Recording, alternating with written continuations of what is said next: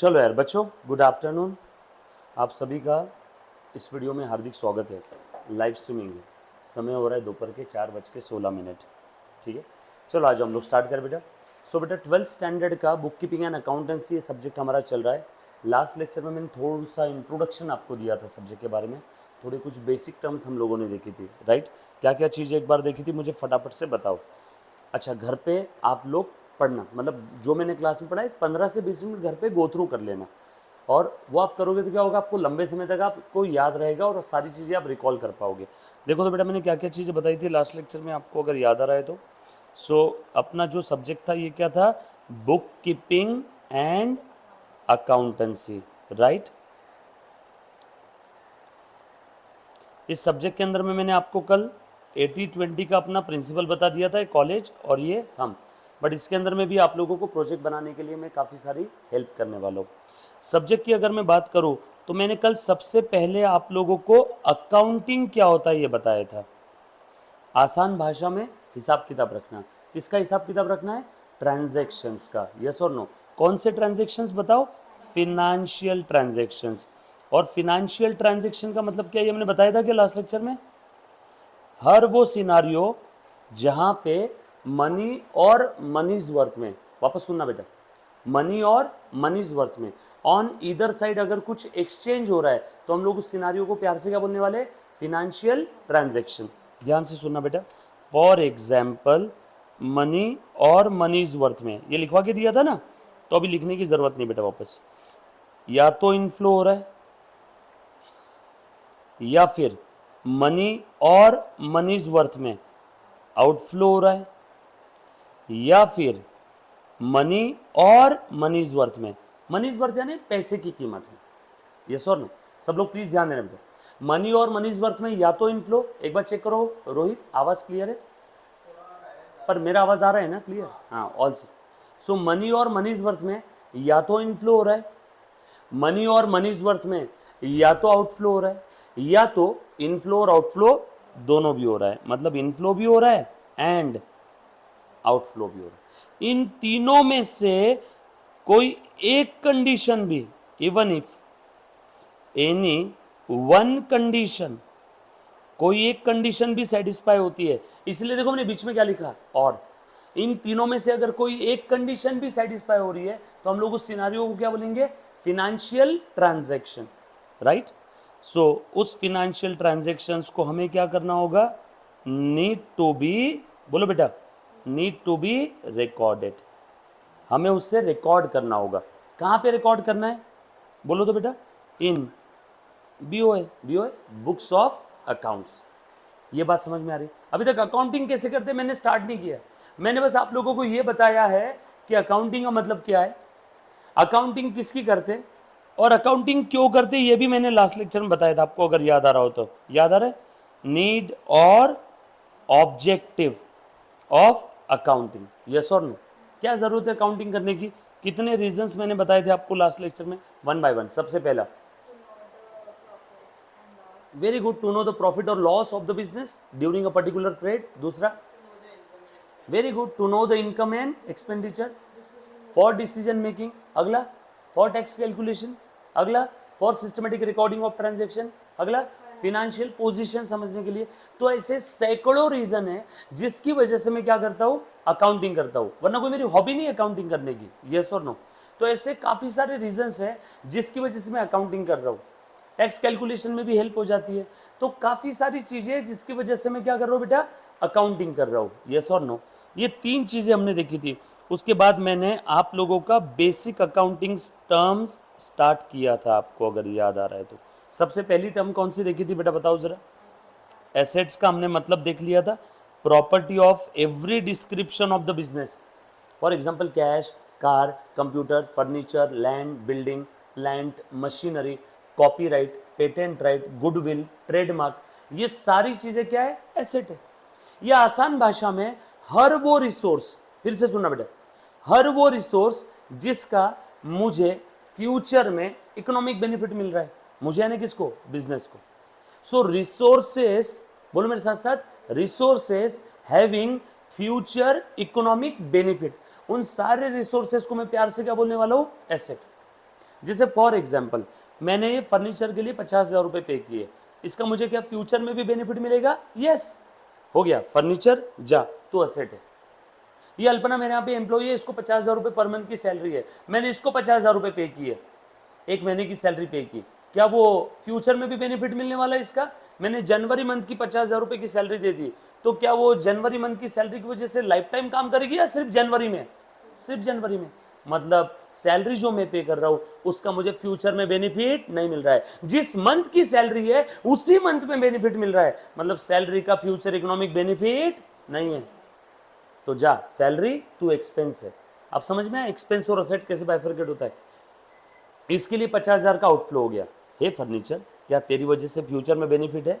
Yes, ये आज भी काम आएगा, अगले महीने भी काम आएगा, अगले साल भी काम आएगा, तो खेल खत्म। ये क्या हो गया? एसेट। इसके लिए मुझे बार बार अगले साल के लिए वापस पैसे देने हैं क्या? नो, बट इसको अगले साल के लिए, अगले पीरियड के लिए, अगले मंथ के लिए वापस पैसे देने पड़ेंगे। कुछ बात समझ में आ रही? मैंने कार परचेस किया 10 लाख रुपए की, क्या उस कार का बेनिफिट मुझे फ्यूचर में भी मिलेगा? यस, कार क्या हो गई? असेट। उस कार के अंदर में मैंने पेट्रोल डाला, क्या एक बार पेट्रोल डाल दिया तो हमेशा चलने वाली कार? नो, जैसे ही वो पेट्रोल खत्म हो जाएगा आपको फिर से पेट्रोल डालना होगा, फिर खत्म हो गया फिर से डालना है। पंचर बनवाया 100 रुपए का, वो उस पंचर के लिए 100 रुपए दिए या लाइफ टाइम के सारे पंचर के लिए? सिर्फ उसी पंचर के लिए। तो जब कभी भी ऐसा कोई पेमेंट या आउटफ्लो में करता हूं जिसका बेनिफिट मुझे इमीडिएट मिलता है, वन मोर टाइम, एक बार फिर से सुनना बच्चों, ऐसा पेमेंट या आउटफ्लो जिसका बेनिफिट मुझे इमीडिएट मिलता है, उस पेमेंट या आउटफ्लो को हम लोग प्यार से एक्सपेंसेस बोलते हैं। और ऐसा पेमेंट या आउटफ्लो, सर आप आउटफ्लो क्यों बोल रहे हो? जरूरी नहीं कि हर बार पेमेंट हो जाएगा, कभी कभी पेमेंट देना बाकी होता है, तो वो भी मेरे लिए एक प्रकार से आउटफ्लो ही है। तो ऐसा पेमेंट या आउटफ्लो जिसका बेनिफिट मुझे फ्यूचर में भी मिलेगा, हम लोग उस समय उस रिसोर्स को क्या बोलेंगे? एसेट। ये बात समझ में आ रही है सभी को? यस और नो? और ऐसा पेमेंट या आउटफ्लो जिसका बेनिफिट कभी नहीं मिलता है उसे हम लोग क्या बोलते हैं? लॉस। जिसे मान लो आपने मुझे 10,000 रुपए पे कर दिए ये सब्जेक्ट पढ़ाने के लिए, और उसके बाद अगले दिन में आपको यहाँ पे दिखाई नहीं, ये जगह बंद हो गई, लॉक हो गई, अब बताओ आपका 10,000 का क्या हो गया? लॉस। कुछ बात समझ में आ रही है क्या? तो आपने किसी को पेमेंट किया, उससे आपको कोई बेनिफिट नहीं मिला, तो आपका क्या हो गया? लॉस। आपने किसी को पेमेंट किया, बेनिफिट इमीडिएट मिल गया, फ्यूचर में नहीं मिलेगा, बस उसी समय के लिए, क्या हो गया? एक्सपेंस। पेमेंट किया, बेनिफिट फ्यूचर में भी मिलेगा, क्या हो गया? एसेट।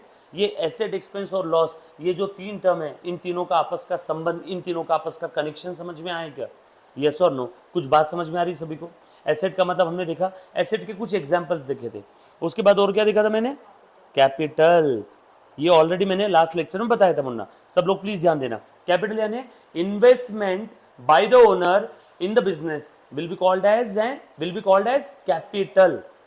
ओनर का जो कुछ धंधे में इन्वेस्टमेंट है इन मनी और मनीज वर्थ, हम लोग उस इन्वेस्टमेंट को क्या बोलने वाले? कैपिटल। फॉर एग्जाम्पल, ओनर ने अपने घर का पर्सनल जो टीवी था वो बिजनेस में ला करके लगा दिया। ये मेरे घर का टीवी था, ये टीवी मैंने यहाँ पे ला करके लगा दिया। अब मुझे एक बात बताओ, ये टीवी कितने का था जिस दिन मैंने धंधे में लाया? उस दिन ये टीवी था मान लो 50,000 रुपए का, तो हो गया मेरा बिजनेस में कैपिटल हो गया 50,000 का। तो क्या हुआ? पैसे नहीं लाए, पैसे के फॉर्म में टीवी तो लाए ना। कुछ बात समझ में आ रही है? यस और नो? ये टैबलेट मेरा पर्सनल था, ऑलरेडी ये बिजनेस स्टार्ट करने के पहले मैं टैबलेट खरीद के रखा था, अब ये पर्सनल टैबलेट मैंने कहां पे ला करके रख दिया? बिजनेस में। अब आज के बाद ये टैबलेट किस चीज के लिए यूज होगा? बिजनेस के लिए। तो ये भी क्या हो गया मेरे लिए? कैपिटल।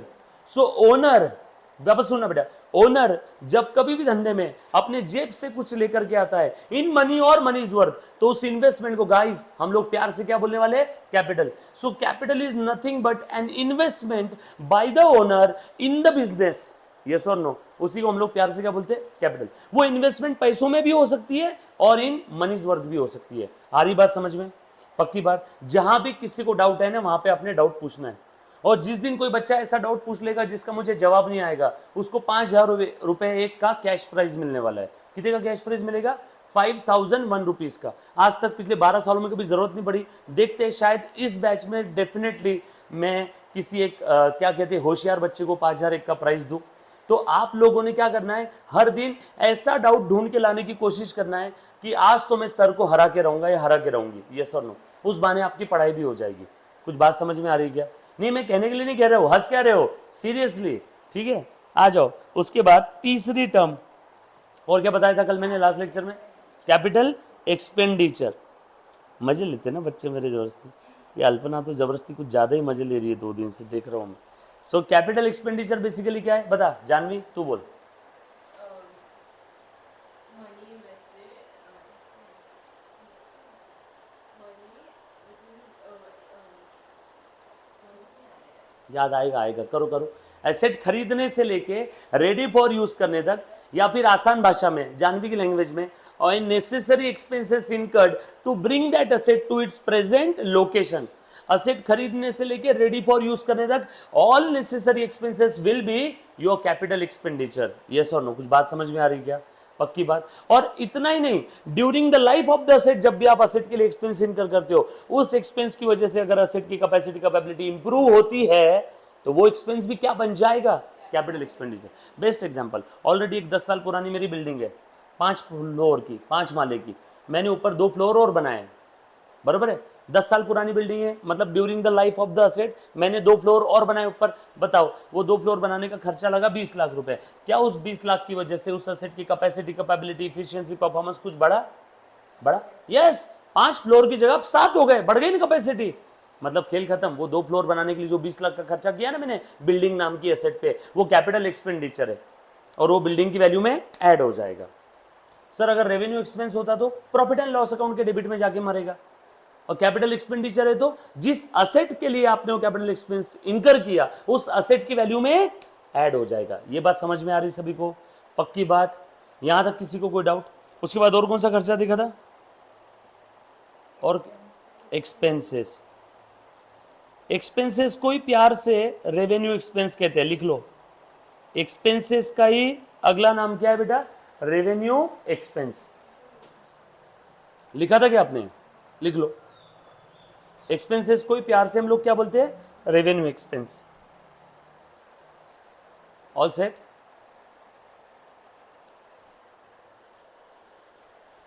लिखा? रेवेन्यू एक्सपेंस का मतलब बताओ।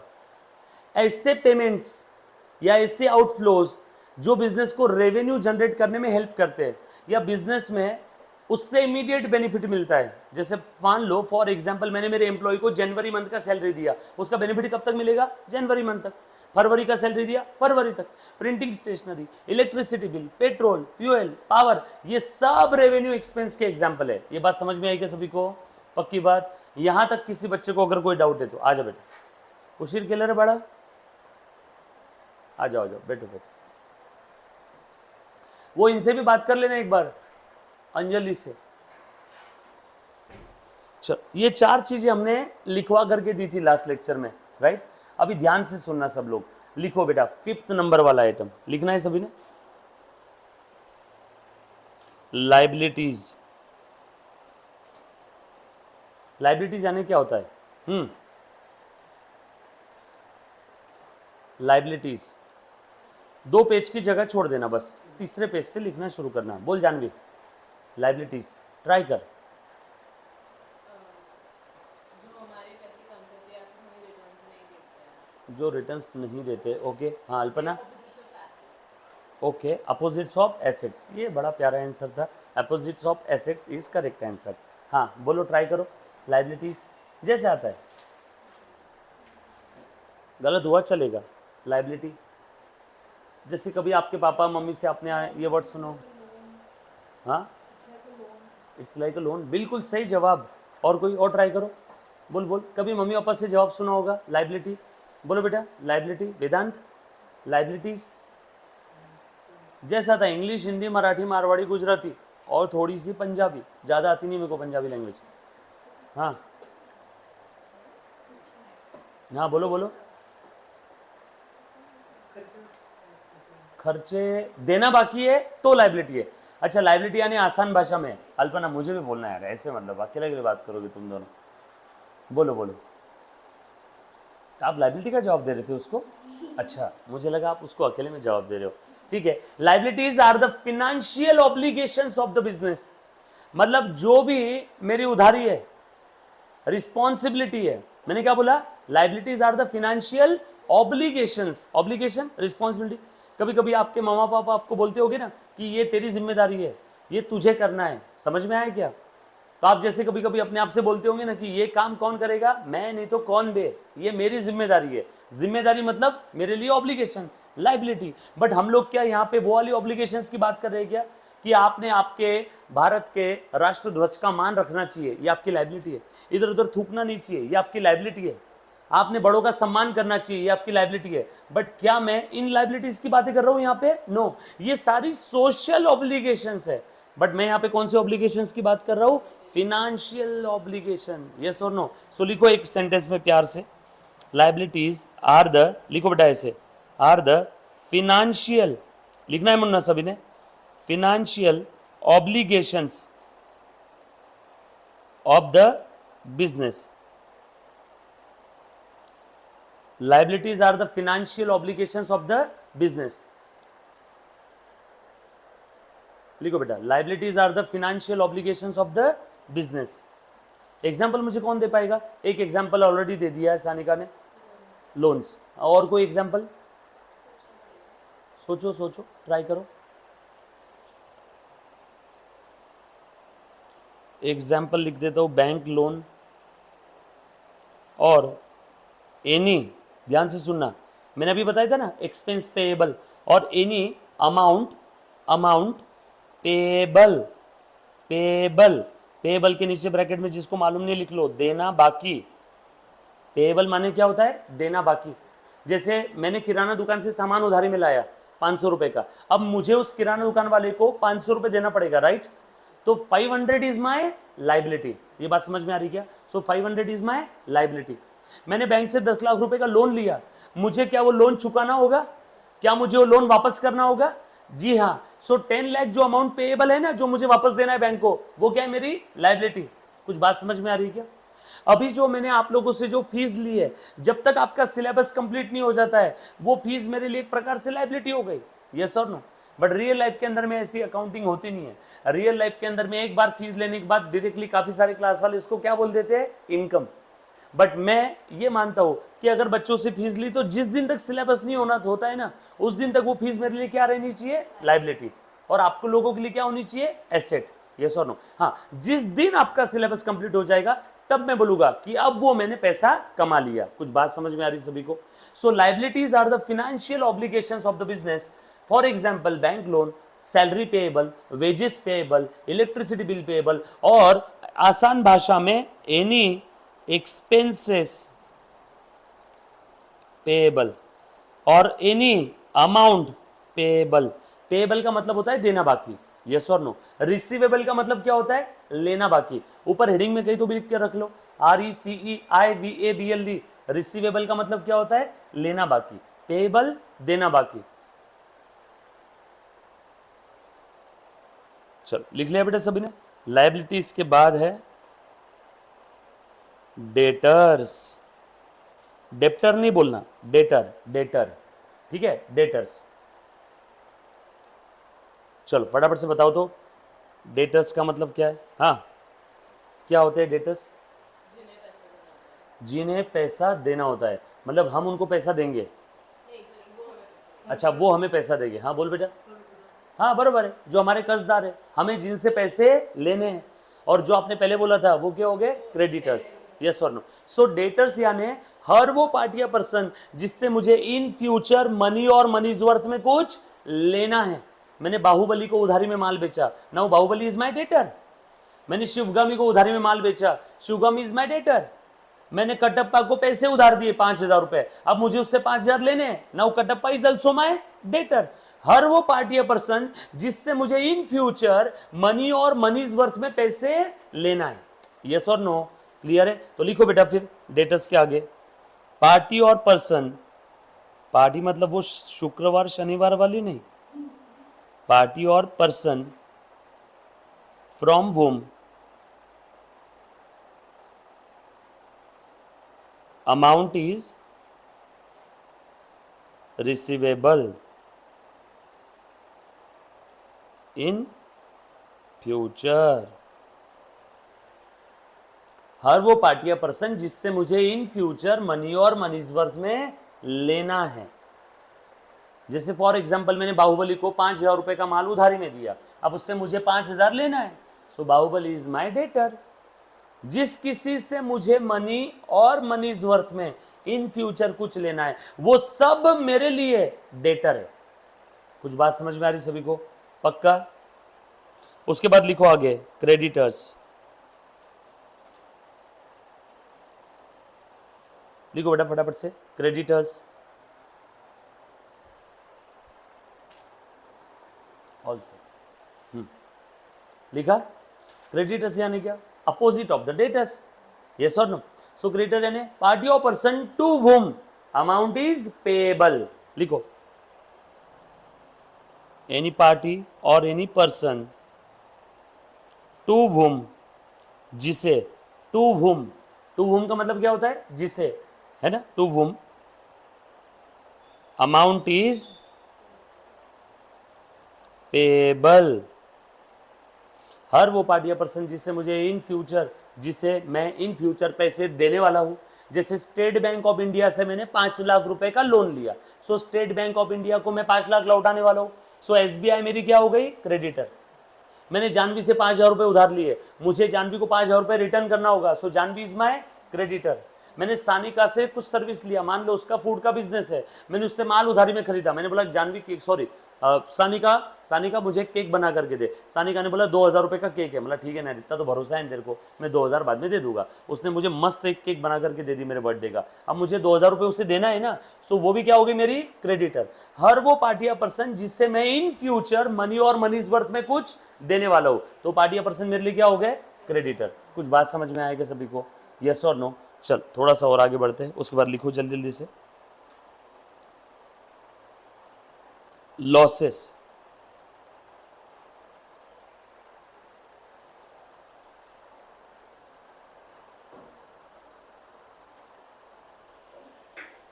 बोलो बेटा लॉसेस, एनीबॉडी? नुकसान जिसका रिटर्न नहीं आएगा, ठीक है, या रिटर्न नहीं आया, और कोई ट्राई करो। लॉस जितना पैसा हमने इन्वेस्ट किया था उससे कम आया। उससे कम आया, ठीक है, और कोई? लॉस, सही जा रहे हैं सब लोग? लॉस इज लॉस, नुकसान, बिल्कुल सही है। और आग लग गई, माल जल गया, लॉस ड्यू टू फायर। भूकंप आ गया, माल जमीन के नीचे चला गया, असेट जमीन के नीचे चलेगी, कैश जमीन के नीचे चलेगी, मशीन जमीन के नीचे चलेगी, लॉस ड्यू टू अर्थक्वेक। चोरी हो गया, loss due to theft. Yes और नो? सो या फिर मैं आसान भाषा में ऐसा बोल सकता हूं, पेमेंट या आउटफ्लो तो हुआ बट उसका कोई बेनिफिट नहीं मिला, ना आज मिलेगा ना फ्यूचर में मिलेगा, तो हम लोग उसे क्या कहते हैं? लॉस। यस और नो? सो लिख लो यहां पे पेमेंट और outflow but no benefit, but उससे कोई बेनिफिट नहीं मिलेगा। पेमेंट या आउटफ्लो तो हो रहा है बट उससे कोई बेनिफिट नहीं मिलेगा, तो हम लोग उसे क्या बोल देंगे प्यार से? लॉस। एग्जाम्पल लिखो इसका, loss due to fire, loss due to earthquake, loss due to theft, etcetera. Done? लिखा मुन्ना सभी ने? चले आगे। उसके बाद इनकम। इनकम क्या होता है बताओ जल्दी जल्दी से? मैं एक बार फिर से बता देता हूँ, 12th स्टैंडर्ड का बुक कीपिंग एंड अकाउंटेंसी वाला सब्जेक्ट हमारा चल रहा है। हम लोग अभी बेसिक्स ऑफ अकाउंट्स देख रहे हैं, राइट? और बेसिक्स एक बार देखते ही मैं आपको ये बताऊंगा तुरंत के तुरंत, आज के आज ही हम लोग ये देखेंगे how to deal with debit and credit. Debit credit होता क्या है, कहाँ से पैदा हुआ, क्यों आया आपके जीवन में शनि बन के, यस और नो, इसके फायदे क्या है, और हम लोग क्या दुनिया का, इस ब्रह्मांड का हर एक ट्रांजैक्शन डेबिट क्रेडिट की मदद से रिकॉर्ड कर सकते हैं? जी हाँ। वो कैसे करेंगे वो एक बार आपको बताऊंगा, और उसके बाद हम लोग तुरंत के तुरंत स्टार्ट करेंगे आपका पार्टनरशिप अकाउंट। यस और नो? डन? सो ध्यान देना सभी ने। इनकम यानी क्या होता है? एनीबॉडी ट्राई करो। पैसे आना है, ठीक है, हाँ, इनकम यानी पैसे आना है, ठीक है, बिल्कुल सही। और कोई? एक चार्टर्ड अकाउंटेंट के लिए जो उसे ऑडिट फीस मिलती है वो उसके लिए क्या है? इनकम। मैंने अगर मेरी कोई प्रॉपर्टी रेंट से दिया तो उससे जो रेंट मुझे मिल रहा है, इनकम। रेंट अगर दे रहा हूं तो खर्चा, एक्सपेंस, रेंट मिल रहा है तो इनकम। इंटरेस्ट ब्याज दे रहा हूं तो खर्चा, इंटरेस्ट या ब्याज मिल रहा है तो इनकम। कुछ बात समझ में आ रही सभी को? जैसे बेस्ट एग्जांपल अगर मैं बोलूं इनकम का तो क्या रहेगा? सेल। बेस्ट एग्जांपल क्या है इनकम का? सेल। माल बेचना सेल, इनकम, इंटरेस्ट मिलना इनकम, रेंट मिलना इनकम, कमीशन मिलना इनकम, डिस्काउंट मिल रहा है इनकम। कुछ बात समझ में आ रही सभी को? वही अगर मैं इंटरेस्ट दे रहा हूँ, कमीशन दे रहा हूँ तो सब क्या हो जाएगा मेरे लिए? खर्चा। सैलरी दे रहा हूँ, खर्चा। सैलरी मिल रही है तो इनकम। कुछ बात समझ में? हाँ, डिस्काउंट मिलता है ना तो इनकम हो गया मेरे लिए। क्यों मिलेगा नहीं डिस्काउंट? मैं मान लो मेरे सप्लायर के पास गया, उसको मैंने बोला मुझे इसके 50 पीस चाहिए। उसने बोला एक पीस 1,000 रुपये का, 50 पीस 50,000 के। मैंने बोला भैया 50,000 नहीं, 45,000 में दे रहा है तो दे। उसने बोला ठीक है साहब, मैं आपको 5,000 का डिस्काउंट देता हूँ। तो बताओ मुझे 50,000 की चीज़ कितने में मिली? 45 में। 5,000 का मुझे क्या मिला? डिस्काउंट। यस और नो? तो डिस्काउंट जो मिलता है वो हम लोग कहाँ लिखेंगे? अभी नहीं बताऊंगा, है ना? अगर बता भी दिया तो काफ़ी बच्चों को P&L अकाउंट पता नहीं है। जो बच्चों को पता नहीं है डोंट वरी, 1-2 दिन में समझ में आ जाएगा। प्रॉफिट एंड लॉस अकाउंट के क्रेडिट में। कैसे? क्यों नहीं हुआ? बोलो। 50,000 की चीज़ आई ना, चीज़ कितने की आई? 50 की, और पैसे कितने दिए? 45। चीज़ कितने की आई? 50,000 की, और पैसा दिया कितना? 45। तो 5,000 का आपको मनीज वर्थ में मिला ना? क्या बोले? अच्छा, तो फिर बताओ मुझे, आप लोगों से जो मैं फीस ले रहा हूँ वो भी तो मेरे लिए फिर सेविंग ही हो गया एक प्रकार से। क्यों? अच्छा, सेविंग और इनकम में क्या फर्क है बताओ? Savings is the money left after paying expenses. Okay, तो एक्सपेंसेस पे करने के लिए जो पैसा आता है वो कहाँ से आएगा? इनकम से। तो इनकम का वो हिस्सा जो मैंने बचा के रखा उसको सेविंग बोलते हैं। ये जो 50,000 की चीज मुझे 45,000 में मिली, ये 5,000 सेविंग नहीं हुआ, ये 5,000 का मुझे डिस्काउंट मिला। हाँ, अब होता क्या है, जनरली हम लोग जब कोई मार्केट से दुकान से सामान खरीदने जाते हैं तो हम लोग बोलते हैं कि हमने 5,000 बचा लिए, और बचा लिए तो बच्चों को बचपन से मालूम है बचाना मतलब क्या? सेविंग। नो, तो ये सेविंग नहीं हुआ, ये मेरे लिए क्या हो गया? मुझे डिस्काउंट मिला। मुझे वर्थ कितनी मिली? 50 की, और मेरे पास से पैसे कितने गए? 45,000। 5,000 का मुझे क्या मिला? डिस्काउंट। तो फिर अगर डिस्काउंट मिलना ये सेविंग है तो डिस्काउंट देना ये क्या है? लॉस। फिर एक्सपेंस ना। हाँ, तो डिस्काउंट दे रहा हूँ वो एक्सपेंस है, डिस्काउंट मिल रहा है वो क्या रहेगा? इनकम। और जो भी मुझे डिस्काउंट मिलता है वो मैं कहाँ पे लिखता हूँ? P&L के क्रेडिट में, क्योंकि मेरे लिए वो इनकम है।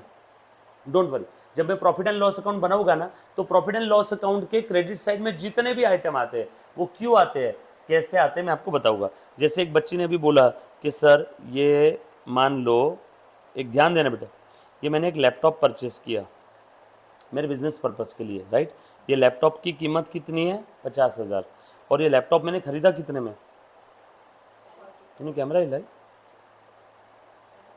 कैमरा हिला है क्या? नहीं ना? हाँ, मुझे कितने में मिला? फॉर 45,000। 50,000 की चीज़ मुझे 45,000 में मिली। बता मेरे पास वैल्यू कितनी आई? 50,000। बोल मैंने पैसा दिया कितना? बता मेरे लिए कितने का फ़ायदा हो गया? बस यही मेरी इनकम है। बट आपने अगर 50K का लैपटॉप है तो आपने 50K साइड में रखा रहेगा ना लैपटॉप के लिए। नहीं, मेरे पास 45K ही था, 50K था ही नहीं। मैं बड़ा गरीब आदमी था, मेरे पास 45,000 ही थे, मैंने 50K साइड में ही नहीं रखा। मेरे पास टोटल 45,000 ही थे, और 45,000 की वर्थ में मुझे कितने का सामान मिला? 50,000 का। बोल मेरा फ़ायदा कितने का हो गया? 5,000 का। तो ये फ़ायदा नहीं बोलेंगे इसको, फ़ायदा बोल दिया तो मेरा क्या धंधा है क्या है लैपटॉप कम में खरीदना? नो, इसको फ़ायदा बोलने से अच्छा हम लोग क्या बोलेंगे? इनकम हो गई मेरी। और मेरी इनकम कितने की हुई यहाँ पे? 5,000 की। यस और नो? या फिर एक काम कर सकते हैं, अगर किसी को इनकम बोलना इसको अच्छा नहीं लग रहा है कि सर नहीं ना इसको इनकम मत बोलो, 5,000 का यहाँ पे जो फ़ायदा हुआ, तो एक काम करो फिर ऐसा बोलो सबको कि लैपटॉप हमने कितने का खरीदा? 45K का, और पैसे भी हमने कितने दिए? 45K। ऐसा बोल दो। अगर ऐसा बोलेंगे तो हर कोई क्या बोलेगा? सर लेकिन लैपटॉप की प्राइस तो 50,000 है। कुछ बात समझ में आई क्या? तो वही तो मैं समझाने की कोशिश कर रहा हूँ कि आपके पास 50,000 की चीज़ आई और आपने दिए कितने? मात्र 45,000। तो आपको 5,000 का क्या हो गया? एक्स्ट्रा का फ़ायदा हो गया। सेविंग बोलने से अच्छा हम लोग क्या बोलेंगे? फ़ायदा हुआ। फ़ायदा हुआ यानी मेरे लिए क्या हो गई? वो इनकम हो गई। जैसे बोलते हैं ना every penny saved, is every penny earned, तो ये मेरे लिए अर्निंग हो गई, यस और नो, 5000 की। या फिर दूसरा गावरान तरीका, सबको ऐसे ही बताओ कि लैपटॉप ही 45,000 का है। ये आपने बोला मेरे पास 45K ही था। हाँ हाँ, बरोबर है। तो लैपटॉप भी आपको 45K में ही मिला है। हाँ 5K का इनकम कैसे हुआ? लैपटॉप 50,000 का ही है। But how does it matter? आपके पास 45K ही था ना। हाँ नहीं, एक काम करो, मेरे पास अब 45 भी नहीं है, 40,000 ही है। एक बच्ची ने सवाल पूछा है, ध्यान से सुनना, मेरे पास 45 भी नहीं, मेरे पास 40,000 ही है। और ये लैपटॉप कितने का मालूम है? ये 70,000 रुपये का लैपटॉप है। अब सामने वाले दुकानदार ने बोला कि चलो मैं आपको अभी के अभी खरीदते हो, कैश देते हो, तो मैं 70,000 का लैपटॉप आपको 40 में देता हूँ। मेरे पास कितने हैं? 40 ही है, और 40 के ऊपर 1 रुपया भी नहीं है मेरे पास में। चल अभी ध्यान से सुन, बोल मेरे पास लैपटॉप कितने का आया? Very good, laptop account debit 70,000 रुपये। बोल मुझे मैंने पैसे कितने दिए उसको? वेरी गुड, कितना दिया? 40,000। बोल मुझे डिस्काउंट कितना मिला? अरे बोल भी नहीं रही है तो। ये क्या है मेरे लिए? इनकम। ये क्या हुआ? कैश आउटफ्लो हो गया। और चीज़ कितने की आई? एसेट कितने की आई? 70,000 की। हाँ अभी हो गया। इनकम हो गया, but I am not getting कि अभी वो लैपटॉप 70 का है बट आपने दिया 40। 40 के, तो 30 मेरे बच गए ना। आपके पास एक्स्ट्रा किधर? आपके पास है ही नहीं ना एक्स्ट्रा। एक्स्ट्रा क्या नहीं है? अच्छा बच्चे नहीं पैसे। ओ हो, now I understand your problem. ये बच्ची बोल रही है कि सर इनकम हुआ तो, भारत के कुछ बच्चों के दिमाग में ऐसी कल्पना है, इनकम हुआ तो हाथ में पैसा आना चाहिए, ऐसा सोचते हो क्या आप लोग? हाँ ऐसा ज़रूरी नहीं है। अकाउंटिंग हम लोग अक्रूवल बेसिस पे करते हैं, ड्यू बेसिस पे करते हैं। यहाँ पे तेरे हाथ में पैसा नहीं आया, इनकम हुई है, पैसा नहीं आया, लेकिन पैसे की कीमत में एक चीज़ आई है, 30,000 का लैपटॉप का वो वाला हिस्सा जिसके लिए तूने पैसे ही नहीं दिए, वही तेरी इनकम है। इनकम मतलब हर बार क्या पैसे में ही होती है क्या? मनीज वर्थ में नहीं हो सकती। हम लोग पहले दिन से क्या देख रहे हैं? ट्रांजैक्शन में सिर्फ मनी देखते हैं और मनीज वर्थ भी देखते हैं। तो यहाँ पे तेरी इनकम हो गई ना 30K की। अच्छा तू ये पूछ रही है सर इनकम हुई तो 30K है किधर, ये पूछना चाह रही है क्या? वो 30K इसके अंदर में है, देख।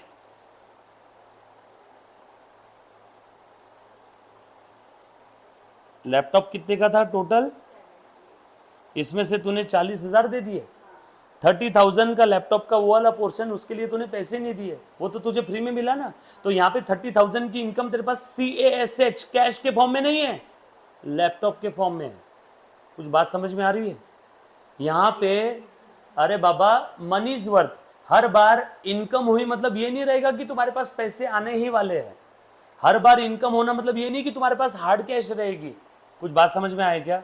तो यहाँ पे 70,000 का लैपटॉप मैंने कितने में लिया? 40,000 में। 30,000 का मुझे क्या मिला? डिस्काउंट। डिस्काउंट मिला मतलब क्या? उस 30,000 रुपये है, कितने का? 30,000 का डिस्काउंट मिला है ना। तो 30,000 के तुझे हार्ड कैश देगा क्या वो? मतलब दुकानदार पागल है क्या? ये ले बेटा 70,000 का लैपटॉप भी लेके जा और ये ले 30,000 का डिस्काउंट का इनकम भी लेके जा। नो, उसने तुझे लैपटॉप का प्राइस कम कर दिया, तो वो ही तेरी क्या हो गई? इनकम। और ये बच्ची सोच रही है कि सर इनकम हुई यानी वो 30,000 किधर है? यस और नो? वो 30,000 कहाँ पे है? लैपटॉप में घुसे पड़े। यस और नो? सो आसान भाषा में 70,000 की चीज तुझे कितने में मिली? 40 में। तो 30,000 का जो लैपटॉप वाला जो पोर्शन है जिसके लिए तूने पैसे दिए नहीं, वो तुझे फ्री फंड में श्रीखंड मिल गया। यस और नो? और हर बार इनकम होना मतलब आपके पास कैश रहेगी ऐसा जरूरी नहीं है। चल मैं एक और तुझे एग्जांपल देता हूँ। ये मैंने जानवी को उधारी में माल बेचा है, जानवी अकाउंट डेबिट 10,000 रुपये टू सेल अकाउंट, ठीक है? 10,000। बता किधर है यहाँ पे 10,000? बोल किधर है? 10,000 तो आए नहीं मेरे पास। इनकम हुई क्या 10,000 की? बोलना, इनकम हुई नहीं 10,000 की? ये सेल क्या है फिर? सेल इनकम ही है ना। 10,000 की इनकम हो गई ना। किधर है 10,000? बता, तू मुझे जवाब दे, किधर है? पैसे तो आए नहीं मेरे पास, पैसे जानवी में घुसे पड़े हैं। जैसे पैसे ऊपर किस में घुसे पड़े थे? लैपटॉप में। तो इस बार पैसे मुझे किससे लेने हैं? जानवी से। लैपटॉप मेरे लिए क्या था? एसेट। जानवी भी यहां पे मेरे लिए क्या है? एसेट। इस एसेट को प्यार से आप लोग डेटर बोलते हो। जानवी से पैसे लेने हैं ना मुझे, यस और नो? तो हर बार इनकम होना मतलब ऐसे सामने हार्ड कैश नहीं रहेगी। कुछ बात समझ में आई क्या? थोड़ा बहुत 2% समझाना 100 में से, मोर देन सफिशियंट। आ जाओ थोड़ा सा आगे बढ़ते हैं इसके अंदर में। पुनः ध्यान से देखना, इनकम यानी ऑपरेटिंग, लिखो operating receipts of the business. Example लिखना बेटा इसके, सेल। और अल्पना के लिए एक बात बोल रहा हूं, सेल मतलब कैश सेल नहीं रहेगा, क्रेडिट सेल भी चलेगा। जरूरी नहीं है कि इनकम हार्ड कैश में आती है, इनकम नहीं भी आई, ड्यू भी हो गई तो भी चलेगा। जैसे मैंने अल्पना को 10,000 का माल उधारी में बेचा, तू बता तूने मुझे पैसे अभी तक दी, बट फिर भी मेरी इनकम हो गई 10,000 की, लेना बाकी है, तुझसे लेना बाकी है, ड्यू है, तुझ पे वो पैसा ड्यू है, बरोबर है क्या? सो लिख लो सेल, उसके बाद रेंट, इनकमिंग रेंट लिखो। बट अगर वो बैड डेटर रही तो वो तो बात की बात है, वो अलग ट्रांजैक्शन है, लूंगा ना अभी। बैड डेट अगर है तो लॉस, ये लो एक और एग्जांपल लिख लो लॉस का, bad debts. Incoming rent, incoming discount, incoming commission, बरोबर है क्या? इनकमिंग इंटरेस्ट, आने वाला इंटरेस्ट, जाने वाला इंटरेस्ट होता तो क्या हो जाता? एक्सपेंस। आने वाला इंटरेस्ट है तो क्या हो जाएगा बेटा?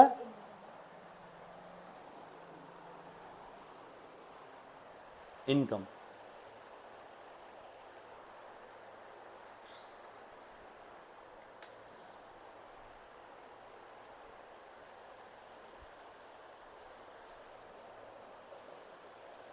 डन? लिखा क्या सभी ने? उसके बाद नेक्स्ट क्या क्या चीजें होगी बताओ? एसेट हो गया, कैपिटल हो गया, एक्सपेंस हो गया, लाइबिलिटीज हो गया, डेटर्स, क्रेडिटर्स, लॉसेस, इनकम। अब लिखो गेन। अल्पना का डाउट वापस आ सकता है। चलो मुन्ना, इनकम और गेन की अकाउंटिंग एकदम सेम है, पहली बता देता हूं, बरोबर है, बट हम लोग यहाँ पे बेसिक टर्म्स देख रहे हैं इसलिए मीनिंग समझना जरूरी है। इनकम और गेन में फर्क बता देता हूँ। इनकम के लिए हार्डवर्क करना पड़ता है, गेन बैठे बिठाए हो जाता है बगैर हार्डवर्क के। क्या बोले बेटा?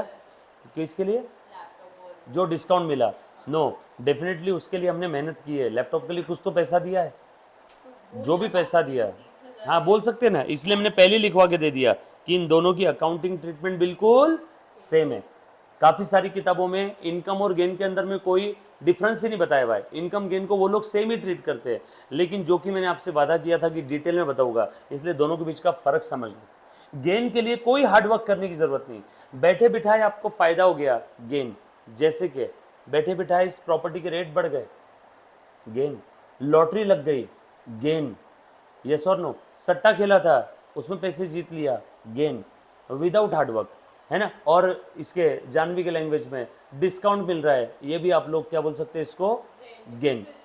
नो, रेंट के लिए क्या होता है मालूम है क्या? आपने सबसे पहले उसके लिए प्रॉपर्टी परचेज की, आपने उसको रिनोवेट किया, टेनेंट ढूंढा, टेनेंट के साथ एग्रीमेंट किया, उसके लिए कुछ ना कुछ आपने वर्क किया हुआ है।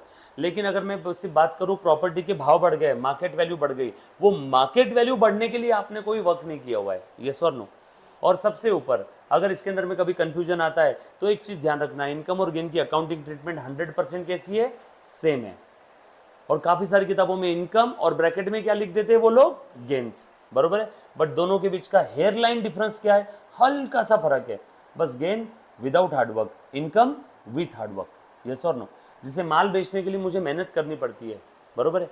मैंने किसी को पैसे ब्याज पे दिए, मैंने क्या किया? कस्टमर ढूंढा, उसको बैच पे पैसे दिए, कुछ हमारे रूल्स रेगुलेशन से साइन करवा के लिए। या फिर एक बात बताऊँ क्या, इनकम जो होता है वो मेरी ऑपरेटिंग रिसीट है, गेन ये मेरे नॉन ऑपरेटिंग आइटम होते हैं जनरली। तो इसमें तेरा वाला भी डाउट क्लियर हो जाएगा। मैंने जो लैपटॉप खरीदा वो मेरा ऑपरेटिंग आइटम है, और जो बैठे बिठाए प्रॉपर्टी के भाव बढ़ गए, ये तो मेरा धंधा भी नहीं है, बट फिर भी मुझे मिल गया। कुछ बात समझ में आए क्या? क्या बोले बेटा? सट्टा, सट्टा खेला तो वो तो मेरा धंधा भी नहीं है, बट ऐसे ही मैंने किसी मैच के ऊपर पैसे लगाए, मेरा मेरा प्रोफेशन किस चीज़ का है? टीचिंग का। लेकिन मैंने एक प्रॉपर्टी लेकर के रखा था, वो प्रॉपर्टी के भाव बढ़ गए, तो वो क्या हो गया मेरे लिए गेन। मेरा क्या प्रोफेशन था, क्या प्रॉपर्टी खरीदना बेचना, नो, बट फिर भी उसमें फायदा हो गया, यस। तो जनरली गेन जो होते हैं वो नॉन ऑपरेटिंग आइटम होते हैं, और जो इनकम होती है वो ऑपरेटिंग आइटम्स की वजह से होती है। जैसे मेरा प्रोफेशन है टीचिंग, तो मेरे लिए ऑपरेशंस क्या है, टीचिंग। किराना दुकान वाले के लिए ऑपरेटिंग आइटम्स या ऑपरेशंस क्या है, किराना माल खरीदना बेचना। बिल्डर के लिए ऑपरेशंस क्या है, लैंड खरीदना, बिल्डिंग बनाना, फ्लैट बेचना, यस और नो। सो गेन जो होता है वो नॉन ऑपरेटिंग आइटम्स की वजह से होता है, और इनकम जो होता है वो ऑपरेटिंग आइटम्स की वजह से होता है, राइट। तो अब वो तेरा वाला भी पॉइंट क्लियर हो गया। डिस्काउंट ये ऑपरेटिंग आइटम्स है मेरे लिए, तो उसके लिए मैंने डिस्काउंट को कहाँ पे लिखा, इनकम में। और बैठे बैठाए प्रॉपर्टी के भाव बढ़ गए, सट्टा लगाया जीत गया, लॉटरी विनिंग्स है, येस और नो। या फिर और आपका कोई ले लो, जैसे मान लो ये होते हैं ना वो ऑनलाइन लॉटरी, ऑनलाइन वो जो गेम होते हैं जैकपॉट, वो जीत गए, तो वो सब क्या हो गया आपके लिए, गेन। कुछ बात समझ में आई सभी को। तो गेन के वहाँ पे आगे लिखो रिसीट, ब्रैकेट में लिखना नॉन ऑपरेटिंग, ब्रैकेट में लिखना non operating, without any hard work, receipt without any hard work, clear, done. ये आप लोगों को 12th के एग्जाम में नहीं पूछा जाएगा बेसिक टर्म्स, लेकिन ये बेसिक टर्म्स अगर आपको पता नहीं है तो अकाउंटिंग में जरूर तकलीफ आएगी, राइट। उसके बाद एक और लिखो, ड्राइंग्स। ड्राइंग जाने क्या होता है बेटा, एनीबॉडी, पैसा विड्रॉ करना। और कोई, और कोई, हाँ अल्पना, ड्राइंग्स कहाँ से, बैंक से, बैंक से, बिजनेस से, बैंक से, जो बिजनेसमैन खुद के बिजनेस से, खुद के एक्सपेंडिचर के लिए, पर्सनल एक्सपेंडिचर के लिए जो बिजनेस से पैसा निकालता है, वेरी गुड। सो लिखो विड्रॉल ऑफ द, लिखो बेटा सब लोग, withdrawal of investment by the owner from the business for, most important, हाँ, हिज और हर, लड़की होगी तो हर ना, फॉर हिज और हर हाउस होल्ड और पर्सनल यूज। अच्छा जानवी, यहां पे सिर्फ पैसा नहीं आएगा, पैसे की कीमत में कुछ और भी विड्रॉ किया तो वो भी क्या हो जाएगा, ड्राइंग। सो ओनर जब कभी भी धंधे से अपने पर्सनल पर्पस के लिए कुछ विड्रॉ कर रहा है तो उस विड्रॉल को हम लोग प्यार से क्या बोलने वाले हैं, ड्राइंग। मान लो मेरा किराना शॉप है, मैं किराना शॉप पे जा रहा था, मेरी बीवी मुझे बोली अजी सुनते हो, आते आते घर के लिए 2 किलो शक्कर लेके आ जाना। तो मेरी किराना शॉप से मैंने मेरे घर के लिए 2 किलो शक्कर लेके चला गया, तो वो 2 किलो शक्कर भी क्या हो गई है, ड्राइंग्स। मेरे शॉप पे एसी लगाया हुआ था, वो एसी निकाल करके मैंने मेरे घर पे बेडरूम में लगवा दिया, तो वो एसी जो असेट मैंने बिजनेस से विड्रॉ की फॉर पर्सनल पर्पस, वो भी क्या हो गई, ड्राइंग। मेरे बच्चे की स्कूल की फीस के लिए बिजनेस से पैसे विड्रॉ किए, है ना, कोई स्कूल वूल में जाता नहीं है ना, ऐसी मन से एग्जाम्पल ले रहा हूँ, तो वो भी क्या हो गया, ड्राइंग। यस और नो, कुछ बात समझ में आ रही है क्या, क्लियर है, पक्की बात। चलो उसके बाद सो आप लोगों को कुछ बेसिक टर्म समझ में आई सभी को, ये लिखा सभी ने, लिखा बेटा, सब लोग लिख रहे हैं। अच्छा किसी का लिखना छूट गया, कोई पीछे रह गया, तो प्लीज बिंदास बेझिझक बेशरम होके मुझे बोल देना कि सर वो हमारा छूट गया है, बरोबर है। तो बुक कंप्लीट रखना चाहिए, किसी ने भी हाँ इनकम्प्लीट नहीं रखना है, डन। चल अब मुझे फटाफट से जवाब दो, क्या आप लोगों को अब इन सारी टर्म्स का मतलब समझ में आया क्या। एसेट्स बोलना है मुझे, लिखने की जरूरत नहीं अभी, बस बोलो एसेट का मतलब मालूम है सभी को, ड्राइंग, डेटर्स, बोलो मुन्ना, एक्सपेंसेस एंड लॉसेस। क्या इन सभी का मतलब मालूम है, नहीं मालूम है तो एक बार मैं बोल देता हूँ। Asset property of every description of the business, like cash, car, computer, furniture, land, building, plan, machinery, copyright, patent right, trademark, goodwill, बरोबर। कुछ टेंजिबल है कुछ इनटेंजिबल है। संपत्ति property of the business, assets. अभी ध्यान से सुनना। दूसरा क्या था? Drawing, withdrawal of the investment by the owner. Owner ने बिजनेस से, धंधे से अपने पर्सनल पर्पस के लिए कुछ विड्रॉ किया, चाहे मनी और मनीज वर्थ में कुछ भी विड्रॉ किया होगा, तो उसको हम लोग क्या बोलेंगे? ड्रॉइंग।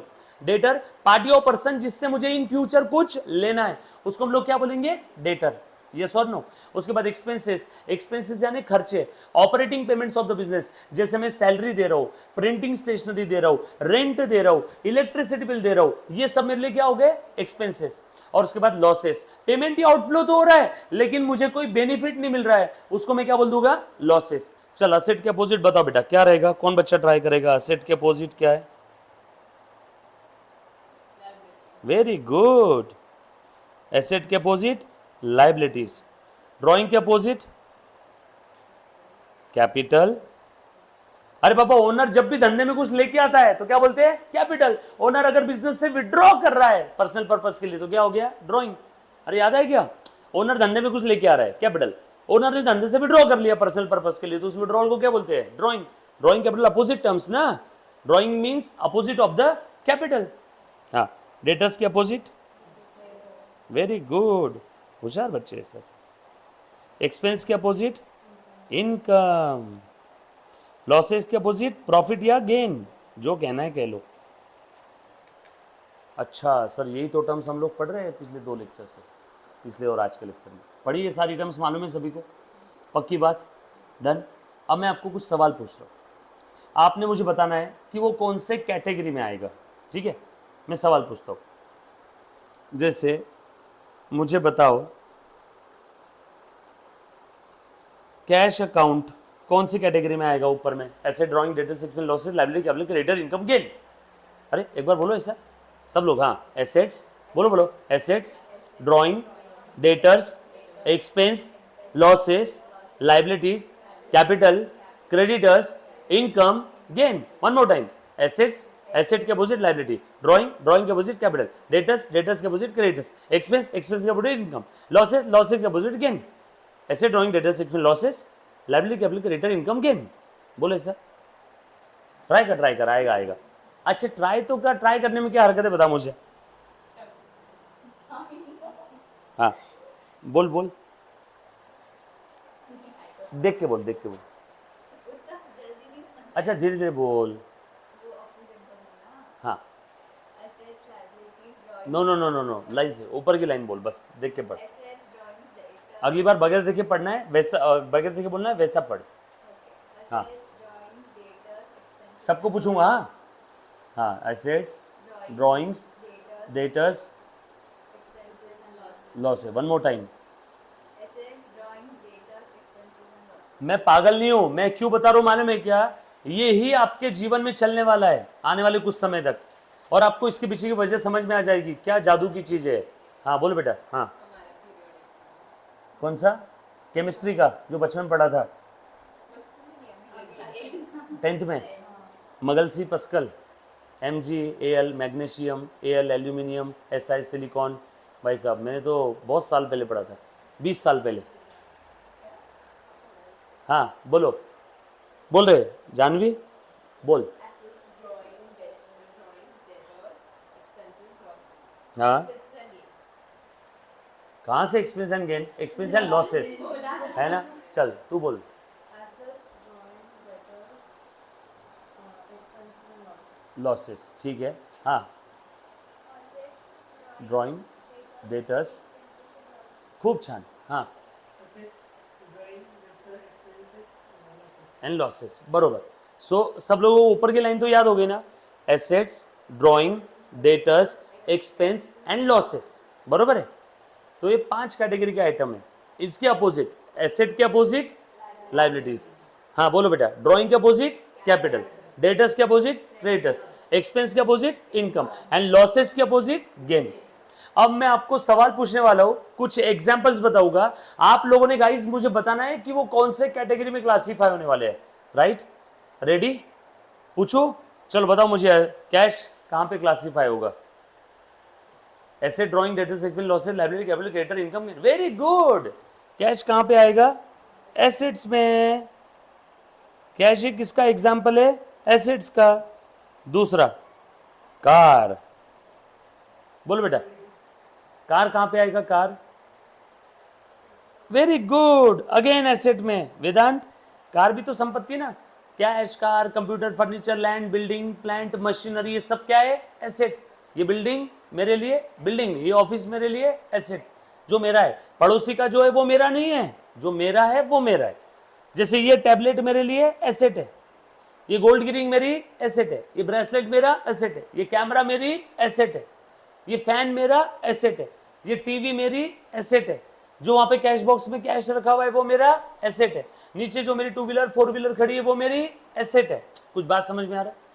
जो मेरा यहाँ पे उधर में जो ऑफिस है वो मेरा एसेट है। भाड़े का ऑफिस मेरा एसेट नहीं है, जो मैंने किराए से लिया वो मेरी एसेट नहीं है। समझ में आया सभी को? पक्की बात। सो कार मेरी एसेट है, अगर वो मेरी कार है तो। सर अगर कार किराए की होगी, किराए की होगी तो ऐसा लिखा रहता ना वहाँ पे, है ना, रेंट आउट कार और रेंटेड कार, ऐसा लिखा रहता था, यस और नो। बट यहाँ पे सिर्फ कार लिखा, मतलब मेरी होगी एसेट, है ना। उसके बाद ध्यान से सुनना, चलो बताओ, सैलरी, सैलरी दे रहा हूँ मैं, सैलरी अकाउंट, ये क्या है बेटा मेरे लिए? वेरी गुड, सैलरी दे रहा हूँ मतलब खर्चा ना। सैलरी मेरे लिए क्या है? एक्सपेंस ना। उसके बाद इंटरेस्ट मिल रहा है, बोलो कहां पे क्लासिफाई करेंगे? ब्याज मिल रहा है, वेरी गुड, इनकम। जो बच्चों का जवाब पहले नहीं आया, लेकिन मेरे जवाब देने की बात तो समझ में आ रहा है ना? पक्का? हाँ। उसके बाद इंटरेस्ट पे कर रहा हूं, इंटरेस्ट पे कर रहा हूं, इंटरेस्ट मिल रहा है तो इनकम, इंटरेस्ट दे रहा हूं तो खर्चा।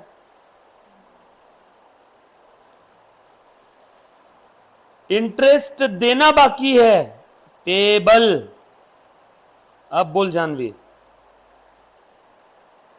लाइबिलिटी। देना बाकी is my obligation, so payable is my liability. बरोबर है ना? आने वाला इंटरेस्ट इनकम, देने वाला इंटरेस्ट एक्सपेंस। इंटरेस्ट देना बाकी है, ड्यू हो गया, मैंने इंटरेस्ट दे दिया, समझ ले, खर्चा। इंटरेस्ट देना बाकी है, लाइबिलिटी। बरोबर है? ध्यान से सुनना, और भी सवाल पूछ रहा हूं। अब लोन टेकन, बोलो क्या है? Very good, liability. उसके बाद loan taken from state bank of India, तो स्टेट बैंक ऑफ इंडिया क्या है, इसके बारे में पूछ रहा हूं मैं। मैंने स्टेट बैंक ऑफ इंडिया से लोन लिया, लोन ये लाइबिलिटी आपने बता दिया, सही है। तो हमारे लिए स्टेट बैंक ऑफ इंडिया कौन है? वेरी गुड, मुझे देना है ना एसबीआई को, हर वो पार्टी या पर्सन जिससे मैं इन फ्यूचर देने वाला हूं। अभी तो बताया था थोड़ी देर पहले, क्रेडिटर यानी हर वो पार्टी या पर्सन जिसको मैं इन फ्यूचर पैसा देने वाला हूं, तो मेरे लिए वो क्या है? क्रेडिटर। कुछ बात समझ में आ रही है? मैं एक बार सभी के एग्जाम्पल्स बता दूं क्या आपको वापस एक बार? एसेट के एग्जाम्पल क्या बताओ? एसेट्स के एग्जाम्पल कैश है, कार है, कंप्यूटर, फर्नीचर है, लैंड, बिल्डिंग है। ड्राइंग का कोई एग्जाम्पल नहीं, बस इतना ध्यान रखना, ओनर ने बिजनेस से पर्सनल पर्पस के लिए कुछ भी विड्रॉ किया तो उस विड्रॉल को हम लोग क्या बोल देंगे? ड्राइंग, मनी और मनीज वर्थ में। डेटर्स, इसके भी कोई एग्जाम्पल नहीं है, डेटर्स के अरबों खरबों एग्जाम्पल है।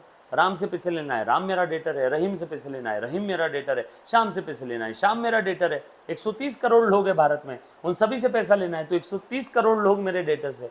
कुछ बात समझ में आ रही है क्या? यस और नो? उसके बाद एक्सपेंसेस का एग्जांपल, सैलरी दे रहा हूँ, इंटरेस्ट दे रहा हूँ, कमीशन दे रहा हूँ, डिस्काउंट दे रहा हूँ, सब मेरे लिए क्या है? खर्चे। प्रिंटिंग स्टेशनरी दे रहा हूँ, इलेक्ट्रिसिटी बिल दे रहा हूँ, सब क्या है मेरे लिए? खर्चे। उसके बाद लॉसेस, पेमेंट या आउटफ्लो तो हो गया, लेकिन कोई बेनिफिट नहीं मिल रहा है, जैसे लॉस ड्यू टू फायर, आग लग गई, माल चला गया, आउटफ्लो हुआ किसका? माल का, माल चला गया ना, बट कोई बेनिफिट मिला? नो। अब कुछ बच्चे बोलेंगे सर इंश्योरेंस से मिला तो कुछ मिला, तो वो बात की बात है, बट अभी मैंने आपको क्या पूछा? सिर्फ इतना बोला कि आग लग गई, माल जल गया, तो आउटफ्लो क्या हुआ? बिजनेस से माल चला गया, खाक हो गया, तो मेरे लिए क्या हो गया? लॉस। कैशियर ने कैश चोरी कर ली, भाग गया, 10,000 रुपए, तो मेरे लिए क्या हो गया? Loss. Loss due to theft, yes और नो? ये बात समझ में आ रही सभी को? पक्की बात। लाइबिलिटीज फिनेंशियल ऑब्लिगेशन है, जैसे लोन लिया, लाइबिलिटी, किसी को पैसे देना बाकी है, लाइबिलिटी, और जिस किसी को देना बाकी है वो पार्टी या पर्सन मेरा क्या हो गया? क्रेडिटर। इनकम, माल बेचा, इनकम है, सेल इनकम। इंटरेस्ट मिल रहा है, इनकम। रेंट मिल रहा है, इनकम। इंटरेस्ट दे रहा हूं, खर्चा। रेंट दे रहा हूं, खर्चा। गेन, विदाउट हार्डवर्क, बैठे बिठाए मुझे कुछ मिल गया, क्या हो गया मेरे लिए? गेन। क्या ये 10 के 10 टर्म आपको समझ में आई? क्या मैं क्या कहना चाह रहा हूँ आपको? राइट, पक्की बात। सो अब एक चीज़ ध्यान रखना, अब मैं आपको बहुत काम की चीज़ बताने वाला हूँ। अभी वो लिखने की ज़रूरत नहीं थी जो मैंने ऊपर लिखा, अब ध्यान से सुनना। क्या हुआ, अब आप सभी लोग जानते हो, मुन्ना प्लीज़ ध्यान देना, 1000% कॉन्सेंट्रेट करना। आप सभी ने बचपन से एक चीज़ सुनी है बेटा, कि जब भी धंधे में कोई व्यवहार होते हैं, कोई ट्रांजैक्शन होता है, तो मुझे उन ट्रांजैक्शंस को क्या करना है? रिकॉर्ड करके रखना है। Are you getting my point?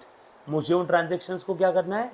Record करना है। याद करके तो रख नहीं सकता हूं ना, बिजनेस में हजारों ट्रांजैक्शन होते हैं। I can not memorise all the transaction, so I have to write down all such transaction at some place.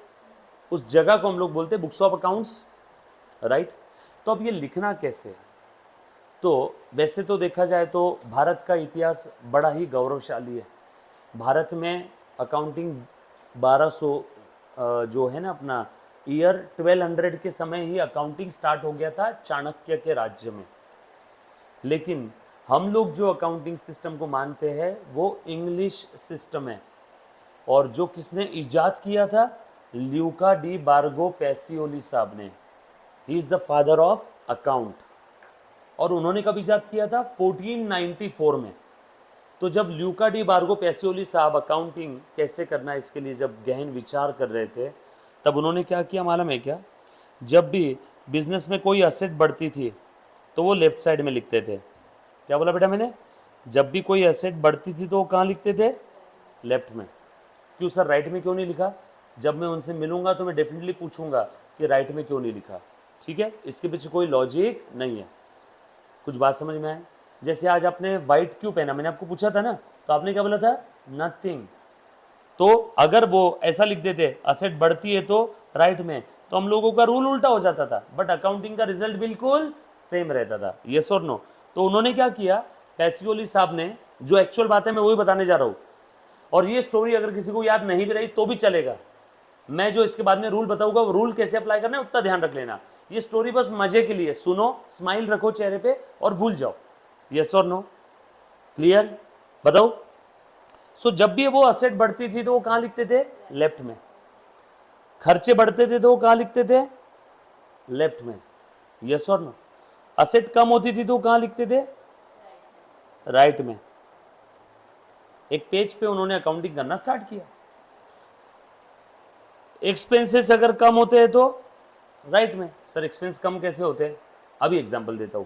जैसे जानवी को मेरे यहाँ पे सैलरी है 50,000 रुपये पर मंथ, उसने या सॉरी मैंने गलती से उसको 70,000 रुपये दे दिए, तो मेरा खर्चा 50,000 होना चाहिए था, मैंने गलती से कितना दे दिया उसको? 70,000। बोलो मैं 20,000 वापस लूंगा कि नहीं उससे? तो मेरे बुक्स में जो खर्चा 70,000 दिख रहा था, अब जैसे ही मुझसे 20,000 वापस ले लूंगा मेरा खर्चा कम हो जाएगा या बढ़ेगा? कम होगा ना। तो एक्सपेंसेस कम भी होते हैं, हम लोग आगे देखेंगे एक्सपेंस कम कैसे होते हैं। तो वो पैसियोली साहब ने क्या किया, असेट और एक्सपेंस बढ़ते थे तो कहाँ लिखते थे? बता बेटा अल्पना? लेफ्ट में। बरोबर है। और लेफ्ट को ही लैटिन भाषा में प्यार से डेबायर कहते हैं, विच मीन्स टू लेफ्ट, और हम लोग प्यार से इसको क्या कहते हैं? Debit side, left side. Latin term debere which means to left, and Latin term credere which means to right. Short form क्या आ गया? क्रेडिट। कुछ बात समझ में आई? तो ऐसा वो लोग करते थे पहले। वो क्यों करते थे इसके पीछे का लॉजिक जाने दो। सर ऐसा भी तो हो सकता था ना, असेट लेफ्ट साइड में लिख दिया बढ़ रही है तो ठीक है, मैं अगर होता तो शायद राइट में लिखता, तो रूल आज बिल्कुल अपोजिट होता, बट रिजल्ट बिल्कुल सेम होता। यस और नो? सर रिजल्ट यानी क्या? प्रॉफिट और लॉस। बरोबर। और उसके बाद ध्यान से सुनना, जब भी इनकम बढ़ती थी तो वो कहां लिखते थे? राइट में। जब भी, अब जब बाबा एक्सपेंस बढ़ेंगे लेफ्ट में है तो इनकम बढ़ेगी कहां पे आएगा? राइट में ना। खर्चा बढ़ा तो कहां लिखते हैं बता? देखो भूल जाते हो अभी कभी। खर्चा बढ़ा तो कहां लिखते हैं? लेफ्ट में। तो इनकम बढ़ी तो कहां लिखेंगे? राइट में। असेट बढ़ी तो कहां लिखा? लेफ्ट में।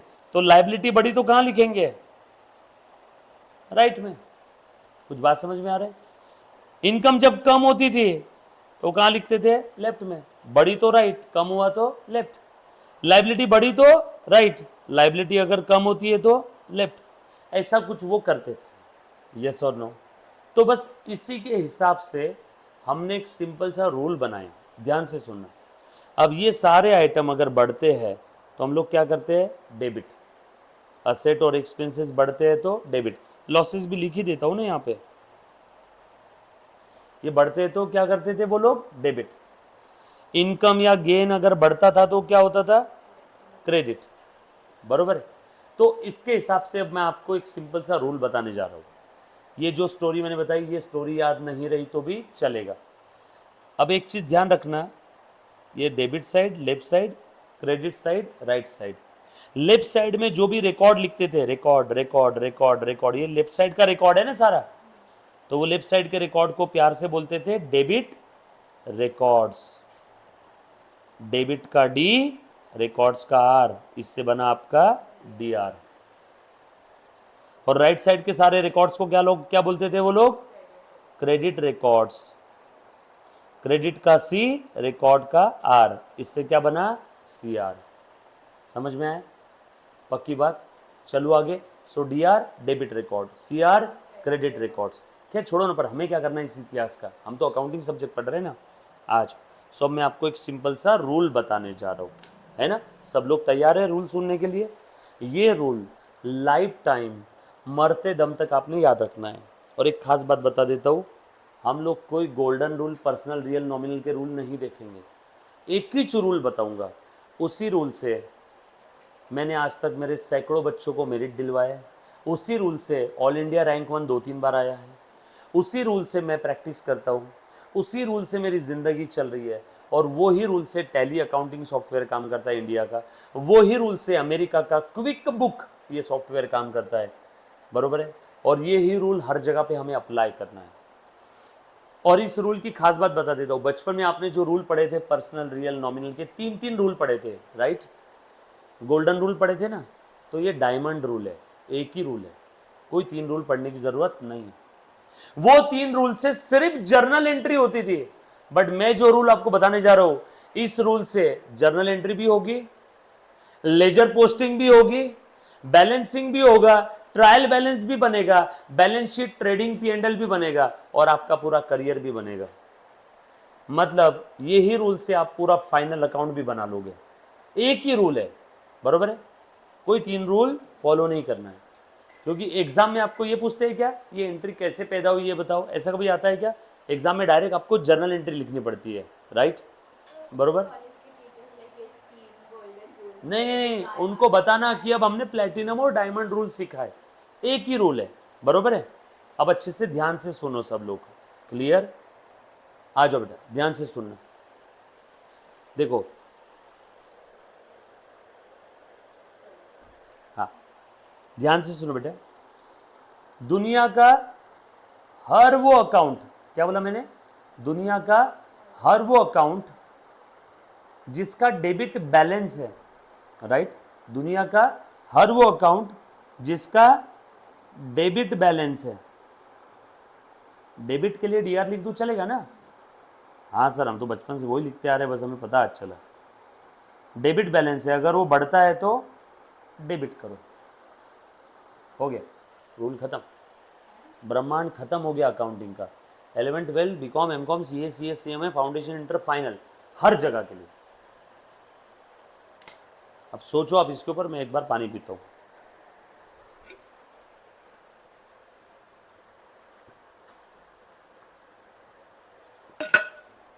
सर क्या पागल बना रहे? हाँ देखो, दुनिया का हर वो अकाउंट जिसका डेबिट बैलेंस है, अगर वो इंक्रीज होता है, अगर वो बढ़ता है, तो उसे क्या करना है? डेबिट करना है, राइट? अपोजिट बोलने का काम है क्या रे? अगर वो कम हुआ तो क्रेडिट करो। ध्यान से सुनना, आने वाले 5 मिनट तक कुछ भी मन में सोचो मत, बस जो मैं बोल रहा हूं उस रास्ते पे चलो। इस चीज को अच्छे से याद करके रखना। ये ही रूल पैसियोली साहब कहना चाहते थे, ये ही रूल चाणक्य ने भी बोला था, ये ही रूल हमारे सारे अकाउंटिंग सॉफ्टवेयर में आज की तारीख में यूज होता है। यस और नो? ध्यान से सुनो। सो दुनिया का हर वो अकाउंट जिसका डेबिट बैलेंस है, अगर वो बढ़ता है तो डेबिट करो। दुनिया का हर वो अकाउंट जिसका डेबिट बैलेंस है वो कम होता है तो क्रेडिट करो। अब आप सोच रहे होगे सर आपने अभी अभी बोला दुनिया का हर वो अकाउंट जिसका डेबिट बैलेंस है वो बढ़ता है तो डेबिट करना है। सर लेकिन हमें बताओ तो सही ऐसे कौन कौन से अकाउंट है जिनका डेबिट बैलेंस है। अभी बता देता हूं। एसेट्स का हर बार डेबिट बैलेंस रहेगा, यानी एसेट अगर बढ़ी तो क्या करेंगे, डेबिट। एसेट अगर कम हुई तो क्या करेंगे, एसेट अगर बढ़ी तो क्या करेंगे, डेबिट। एसेट अगर कम होती है तो क्या करेंगे, क्रेडिट। ऊपर यही था क्या, लूका डी पैसियोली ने ये बोला था क्या, एसेट बढ़ी तो क्या करेंगे, एसेट कम हुई तो क्या करेंगे। सेटिस्फाई हो रहा है क्या उसका भी कहना, यस और नो। ध्यान से सुनना, सिर्फ याद करके रखना, अच्छे ध्यान दो। बहुत ही इंपॉर्टेंट चीज आपको आज पता चलने जा रही है बेटा, प्लीज ध्यान देना और इसकी रिस्पेक्ट करना इस रूल की। ये रूल आपको लाइफ टाइम हेल्प करने वाला है। अकाउंटिंग चाहे एडजस्टमेंट एंट्री हो, चाहे पार्टनरशिप टॉपिक हो, चाहे एनपीसी हो, फाइनल अकाउंट हो, कंपनी अकाउंट्स हो, प्रोप्राइटरी फर्म हो, किसी भी टाइप का बिजनेस ऑर्गेनाइजेशन हो इस ब्रह्मांड का, हर जगह ये रूल एप्लीकेबल है। बरोबर है। ये रूल पता चलने के बाद आप 11th-12th की जो आम जनता है उस आम जनता से उठ के एक अलग ही लेवल पे जाके पहुंच जाओगे। बस ये रूल सही से अप्लाई करना आता है, आना चाहिए, वो इंपॉर्टेंट है। जैसे आपने गिटार खरीद लिया, इसका मतलब ये क्या गिटार बजाना आता है, तो रूल पता चलना और रूल को अप्लाई करना दो अलग अलग बातें हैं। गिटार खरीदना और गिटार बजाना सीखना दो अलग अलग बातें हैं। तो रूल आपको अभी पता चल जाएगा और आज के आज ही इस रूल को अप्लाई कैसे करते हैं वो मैं आपको सिखाने जा रहा हूँ। 10 मिनट का काम है। सो 10 मिनट आपने ब्रह्मांड की सारी ऊर्जा को इकट्ठा करके बस यहीं पे कॉन्सेंट्रेट करना है। इधर उधर आपका ध्यान नहीं जाना चाहिए। आपके बैक ऑफ द माइंड में अगर कुछ चल रहा है तो प्लीज उसे रोक दो। डन, चलो आगे। सो ध्यान से सुनना। सो एसेट्स का अभी अभी मैंने क्या बताया बेटा, रूल क्या था, दुनिया का हर वो अकाउंट जिसका डेबिट बैलेंस है अगर वो बढ़ता है तो डेबिट करना है। दुनिया का हर वो अकाउंट जिसका डेबिट बैलेंस है अगर वो कम होता है तो उसे क्रेडिट करो। डेबिट बैलेंस वाला अकाउंट बढ़ता है तो डेबिट करो, डेबिट बैलेंस वाला अकाउंट कम होता है तो क्रेडिट करो। सिंपल। सर ये बढ़ना कम होना कहां समझ में आएगा, ट्रांजैक्शन से। So simple. ट्रांजैक्शन पढ़ना है, मातृभाषा में कन्वर्ट करना है, चेक करना है कि कौन सा अकाउंट बढ़ रहा है कौन सा कम हो रहा है। जैसे सुनो, ये एसेट मैंने बेच दिया, बिजनेस से एसेट चली गई, तो बोलो एसेट बढ़ी कि कम हुई, कम हो गई ना, तो एसेट को क्या करेंगे, क्रेडिट। ये एसेट मैंने खरीद लिया तो बिजनेस में एसेट आई या गई, आई यानी बढ़ी या कम हुई, बढ़ गई। सो एसेट आती है बिजनेस में तो एसेट बढ़ती है, एसेट अगर बिजनेस से चली गई तो एसेट कम हो गई। Are you getting my point, yes और नो। आज सब लोग साथ में ना, चल वेरी सिंपल। सर ये लेकिन बढ़ता है तो डेबिट ही क्यों, अरे बाबा बचपन में आपने देखा था ना, +3 को अगर +5 पे ले जाना है तो 2 को क्या करूं बताओ, प्लस ही करना पड़ेगा ना। सो प्लस को और बढ़ाना है तो क्या करो, प्लस। ठीक उसी प्रकार से डेबिट बैलेंस को बढ़ाना है तो क्या करेंगे, डेबिट। लॉजिक बहुत सिंपल है इसका, सिंपल मैथ्स का लॉजिक है, पहली कक्षा का। ये बात समझ में आई। चलो अब सब साइड में रखते। सो रूल बोलो एक बार सब लोग, if debit balance further increase will be debited. Debit balance वाले अकाउंट बढ़ते हैं तो क्या करेंगे, डेबिट करेंगे। अपोजिट बोलने का काम नहीं, कम हुआ तो क्रेडिट करेंगे। कुछ बात समझ में आ रही क्या सर, ऐसे नहीं, आप एक दो एग्जांपल लेके बताओ, रुकना लिखना नहीं है किसी ने अभी, सिर्फ देखो। मैंने कार खरीदा 10,000 रुपए की, खिलौने वाली छोटी सी रिमोट वाली कार रहती है ना, वो खरीदा, ठीक है। 10,000 रुपए की कार खरीदा, बट वो एसेट है, संभाल के रखूंगा, लंबे समय तक यूज़ करूंगा, ठीक है। नहीं तो यार सर छोड़ो, खिलौने वाली कार को एसेट मत बोलो। मैंने सेकेंड हैंड मारुति 800 खरीदा, 10,000 में आ जाती है ना, नहीं आती है, 50,000 में, ठीक, 50,000 में मैंने सेकेंड हैंड मारुति कार खरीदा। चलो बताओ तो मेरे पास कार आ गई क्या, कार आ गई मेरे पास, कार ये एसेट है क्या, अरे ये सुनो, एसेट का डेबिट बैलेंस है क्या, अरे ये सुनो, डेबिट बैलेंस का रूल क्या है? बढ़ता है तो डेबिट, कम हुआ तो क्रेडिट। अब तुम बताओ, कार मेरे पास आई या गई? कार मैंने खरीदा तो मेरे पास कार आ गई, कार आ गई यानी कार बढ़ गई क्या? तो कार को क्या करेंगे? डेबिट। 50,000 में मैंने कार खरीदी तो कार अकाउंट डेबिट, कार को मैं डेबिट करने वाला हूं। और मैंने पैसे दे दिए, कितने पैसे दिए होंगे? Common sense 50,000, right? नहीं नहीं सर, डिस्काउंट मिला होगा तो लिखा होगा ना वैसा, लिखा कुछ नहीं, बस इतना बोला 50,000 में कार खरीदी, पैसे दे दिए, ठीक है? पैसे यानी कैश क्या? अरे कैश ये भी क्या है? एसेट। तो इसका भी क्या रहेगा? Debit balance. रूल सेम, बढ़ता है तो डेबिट करो, कम हुआ तो क्रेडिट करो। बोलो, कैश बढ़ी या कम हुई?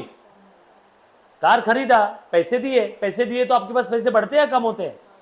कम होते हैं, कम कम कम कम। और आप लोग बचपन में ऐसी एंट्री पास करते थे, car account debit to cash account.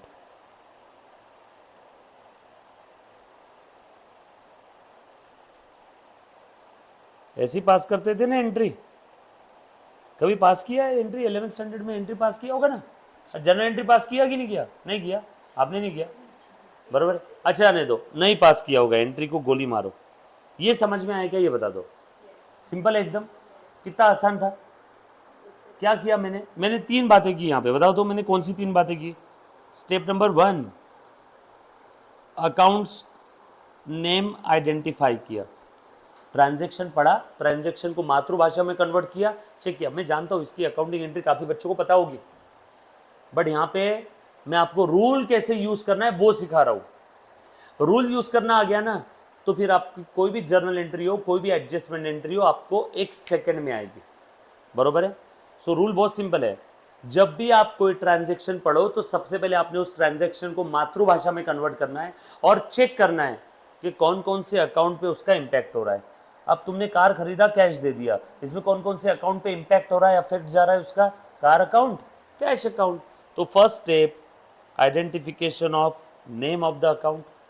Second step, उसका बैलेंस कौन सा है ये देख लो। बैलेंस उसका डेबिट बैलेंस है कि क्रेडिट बैलेंस है? उसका किसका? फर्स्ट स्टेप में जो अकाउंट्स आइडेंटिफाई किए उसका। फर्स्ट स्टेप में कौन से अकाउंट्स आइडेंटिफाई किए बता? बरोबर। कार का कौन सा बैलेंस था? एसेट है, रुको, कार एसेट है, एसेट का डेबिट बैलेंस तो कार का भी डेबिट बैलेंस। कैश एसेट है, कैश का डेबिट बैलेंस तो कैश का भी, कैश एसेट है, एसेट का डेबिट बैलेंस तो कैश का भी डेबिट बैलेंस। और third step, apply the rule and pass the entry, यानी डेबिट होगा कि क्रेडिट होगा देख लो। कार मैंने खरीद ली, कार बिजनेस में आ गई, कार एसेट है, एसेट का डेबिट बैलेंस बढ़ता है तो डेबिट करो, कार बिजनेस में आ गई, कार बढ़ गई तो डेबिट कर दिया। या फिर सिंपल सा, कार का डेबिट बैलेंस, कार आ गई डेबिट, कार गई तो credit. Cash again debit balance, cash बढ़ती है डेबिट, कैश कम हुआ क्रेडिट। अब काफ़ी बच्चों के मन में सवाल आ रहे होंगे, सर चेक दे दिया, कार उधारी में ली, इससे ली तो ट्रांजेक्शन क्या रहेगा? बता दो, वेट, रिलैक्स, ये समझ में आएगा तब बताओ। सिंपल है। सो रूल बोल दो, डेबिट बैलेंस वाले अकाउंट बढ़ते हैं तो डेबिट करो। If debit balance further increase will be debited, और डेबिट बैलेंस वाला अकाउंट कम होता है तो क्रेडिट करो। याद रहेगा सभी को? पक्का? आ जाओ, थोड़ा सा मैं आगे बढ़ रहा हूं, हाँ ध्यान देना बेटा। और कौन से अकाउंट्स का डेबिट बैलेंस है? ध्यान से सुनना, देखो मैंने यहां लिख रहा हूं, ड्रॉइंग्स। और कौन से अकाउंट का डेबिट बैलेंस है? डेटर्स। और कौन से अकाउंट का डेबिट बैलेंस है? एक्सपेंसेस। और कौन से अकाउंट का डेबिट बैलेंस है? लॉसेस। इन सब का हमेशा हमेशा हमेशा के लिए डेबिट बैलेंस रहेगा। ध्यान से सुनना। Done done. इन सब का हमेशा कौन सा बैलेंस है? Debit balance.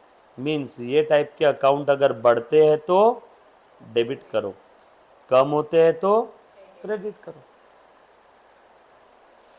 तुम बताओ, अब ये सारे अकाउंट्स का कौन सा बैलेंस रहेगा? ऊपर वाले अकाउंट का डेबिट बैलेंस है तो नीचे वाले अकाउंट का वेरी गुड। और ये क्रेडिट बैलेंस बढ़ता है तो क्रेडिट, कम हुआ तो डेबिट।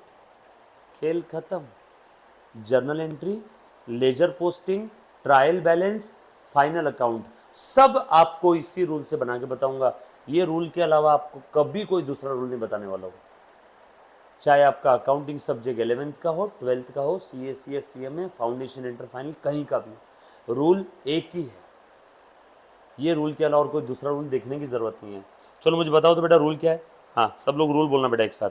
ऑल, ऐसा बोलो मेरे साथ साथ, all assets, drawing, debtors, expenses and losses. बरोबर है। All assets, drawing, debtors, expense and losses are always always always having debit balance. Wait, मैंने ये नहीं बोला कि ये अकाउंट हर बार डेबिट होने वाले हैं। मैंने क्या बोला, इनका डेबिट बैलेंस है। मैंने क्या बोला, इनका डेबिट बैलेंस है।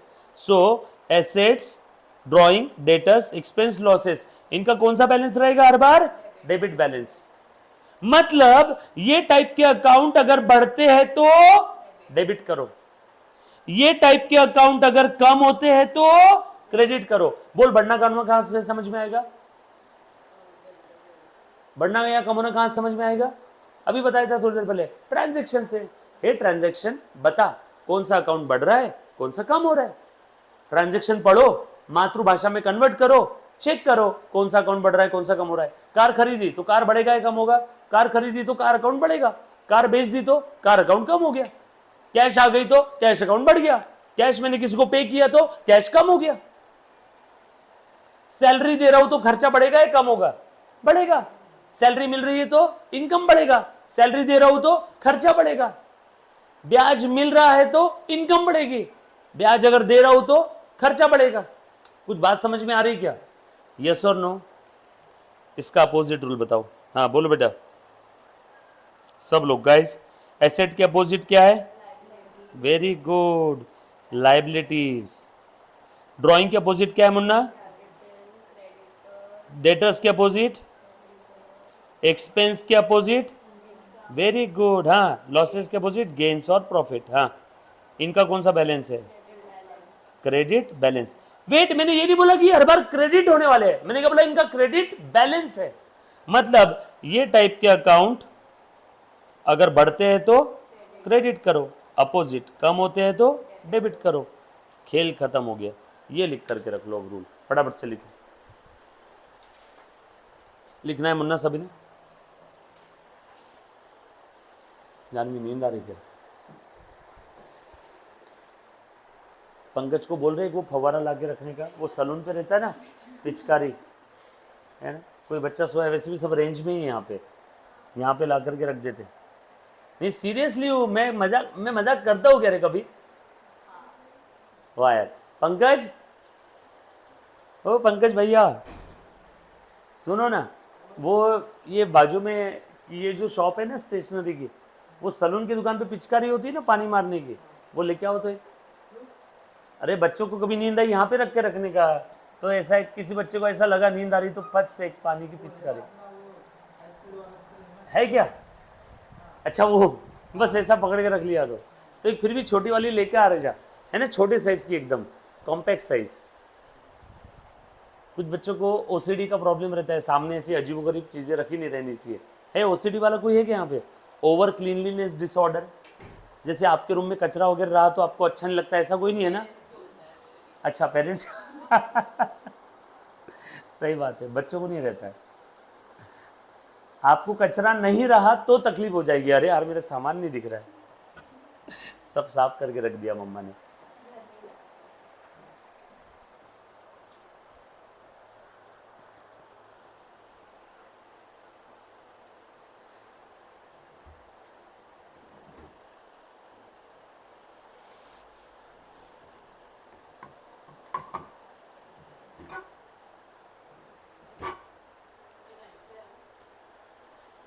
समय अच्छा चल रहा है अपना।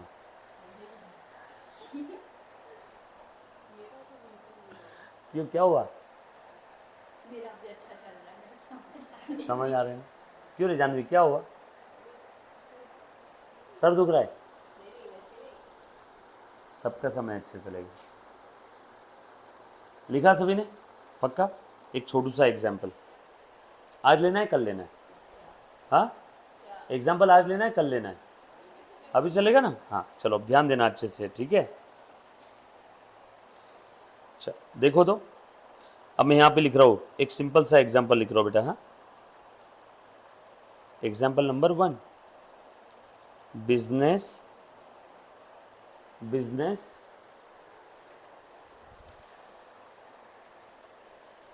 दिख रहा है क्या? देख, यहाँ पे तुमको टाइम दिख जाएगा, जब भी तुमको टाइम देखने की इच्छा है ना। क्या बात कर रहे हो? 5:15 बजे रहे। चलो, business started with ₹10,000। Business started with ₹10,000। किसने स्टार्ट किया होगा? ऑब्वियसली ओनर ने। और कौन स्टार्ट करेगा बिजनेस? एम्प्लॉय स्टार्ट करेगा क्या? जिसने भी धंधा स्टार्ट किया वो क्या बन जाएगा? बिजनेस का ओनर। Business started with ₹10,000। चलो बता रहे बेटा, first step, second step, third step. बोल, फर्स्ट स्टेप क्या थी अल्पना? अकाउंट का नाम आइडेंटिफाई करो। बोल बेटा, ये जो ट्रांजेक्शन है ऊपर, बिजनेस स्टार्ट किया ओनर ने। देखो, एंट्री हर किसी को मालूम है, कैश टू कैपिटल। मैं इतना बड़ा भी नहीं हो गया हूं कि मैं आपको एंट्री समझाऊं कि अब कैश टू कैपिटल इसकी एंट्री रहेगी। और वैसे भी कॉमर्स स्टूडेंट बड़ा नवाब आदमी होता है, जेब में फूटी कौड़ी भी नहीं रहती और पहली एंट्री पास करता है, business started with cash ₹1,00,000। Yes और नो? जेब में कितने पैसे थे उस समय जितने आपने पहली एंट्री पास की थी 11th में? कुछ नहीं, बट फिर भी पहली एंट्री आपने क्या पास किया?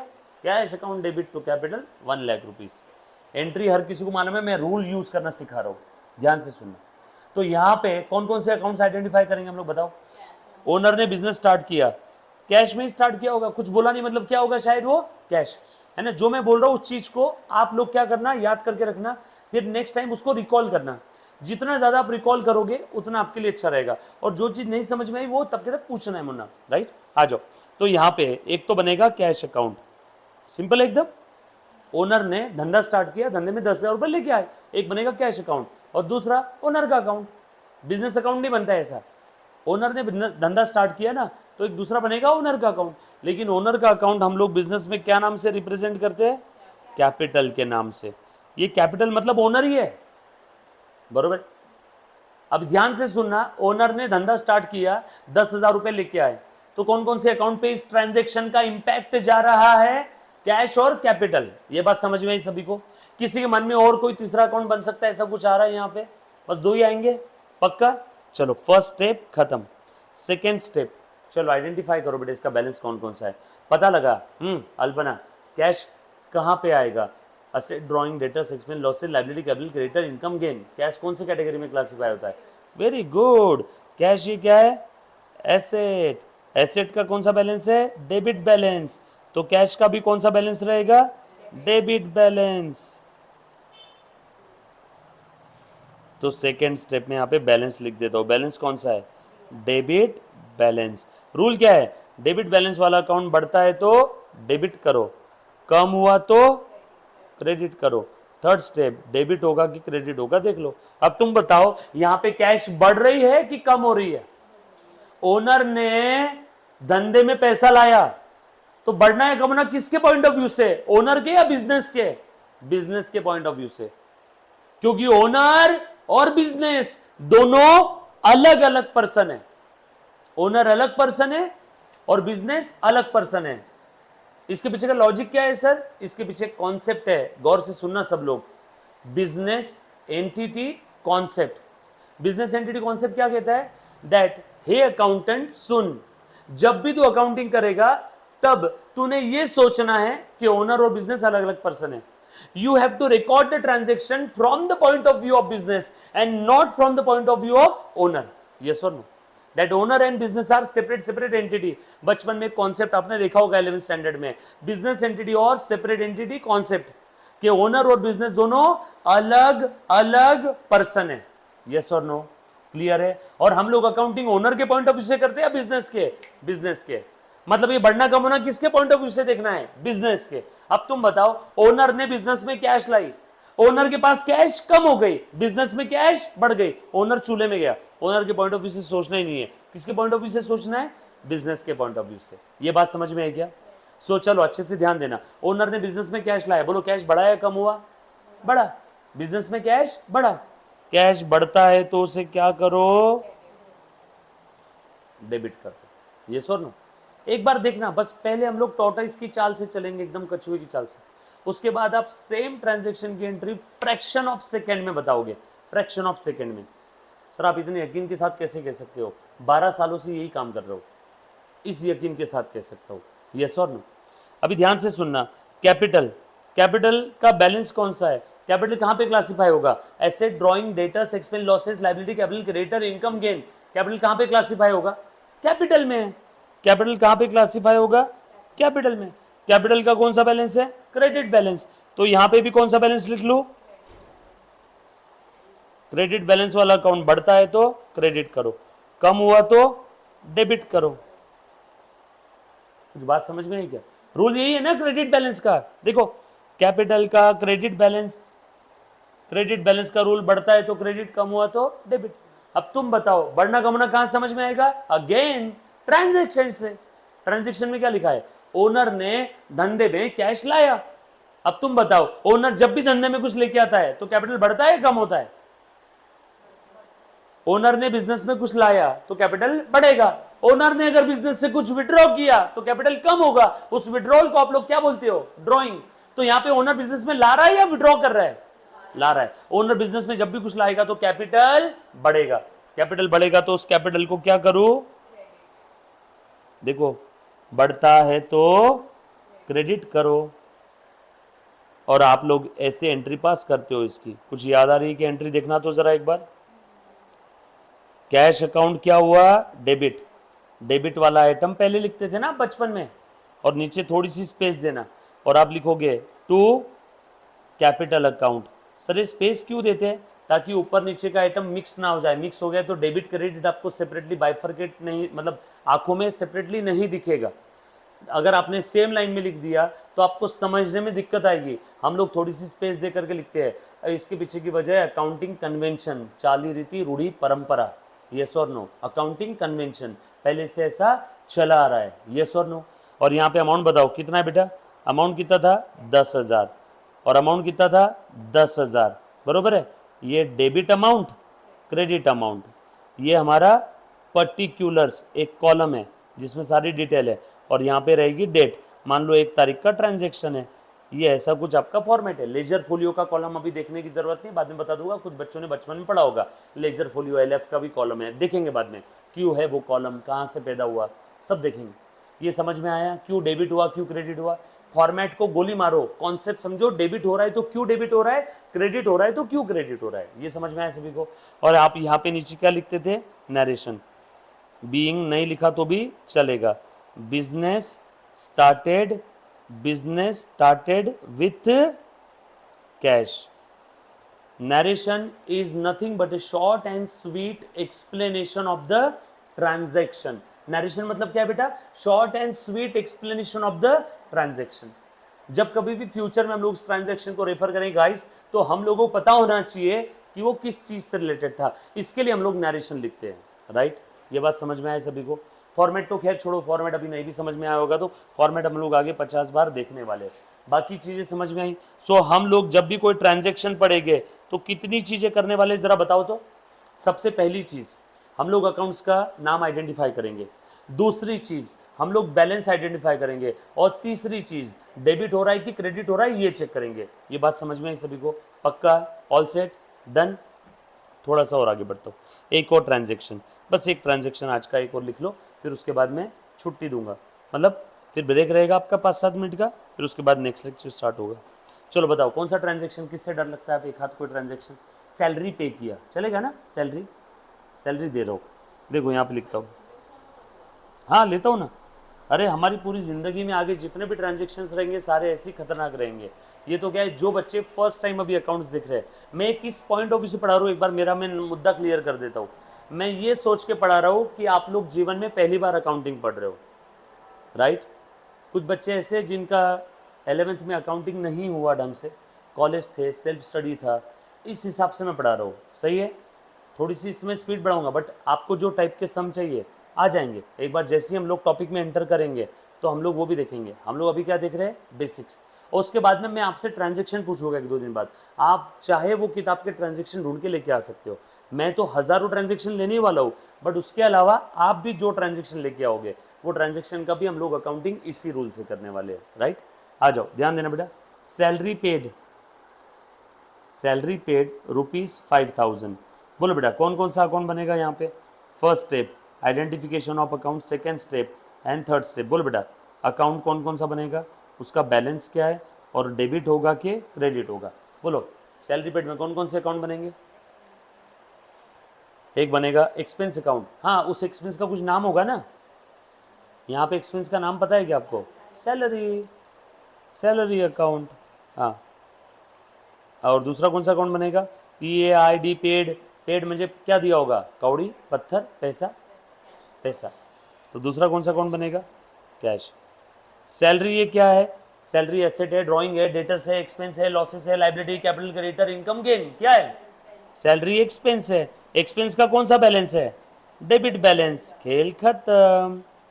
एक्सपेंस का डेबिट बैलेंस, ये बढ़ता है तो डेबिट करो, कम हुआ क्रेडिट करो। सैलरी दे रहे हैं या मिल रही है, दे रहे हैं। खर्चे बढ़ रहे हैं, कम हो रहे हैं, बढ़ रहे हैं, क्या करेंगे, डेबिट। कैश ये क्या है, asset, drawing, debtors, expense, losses, liability, capital, creditor, income, gain. Cash क्या है, एसेट। कैश ये एसेट है, एसेट का डेबिट बैलेंस। सो कैश का भी डेबिट बैलेंस। ये बढ़ती है तो डेबिट, कम हुआ तो क्रेडिट। अब तुम बताओ इस ट्रांजैक्शन की वजह से कैश बढ़ रही है या कम हो रही है। सैलरी दे रहे हैं ना, तो कैश कम हो जाएगी ना आपके पास से। Tan tan. सो एंट्री क्या रहेगी, सैलरी अकाउंट। बस मैं आपको ये बताने की कोशिश कर रहा हूँ कि इस रूल से आपकी सारी परेशानियां दूर हो जाएगी। यही रूल हम लोगों को फाइनल अकाउंट तक बैलेंस शीट और P&L बनाने में मदद करने वाला है। क्लियर है, पक्की बात, थोड़ी बहुत चीज़ें समझ में आई, पक्का, डन। इतना कह के आज के छोटू से 2 शब्द समाप्त करता हूँ। Thank you very much guys, love you all, take care.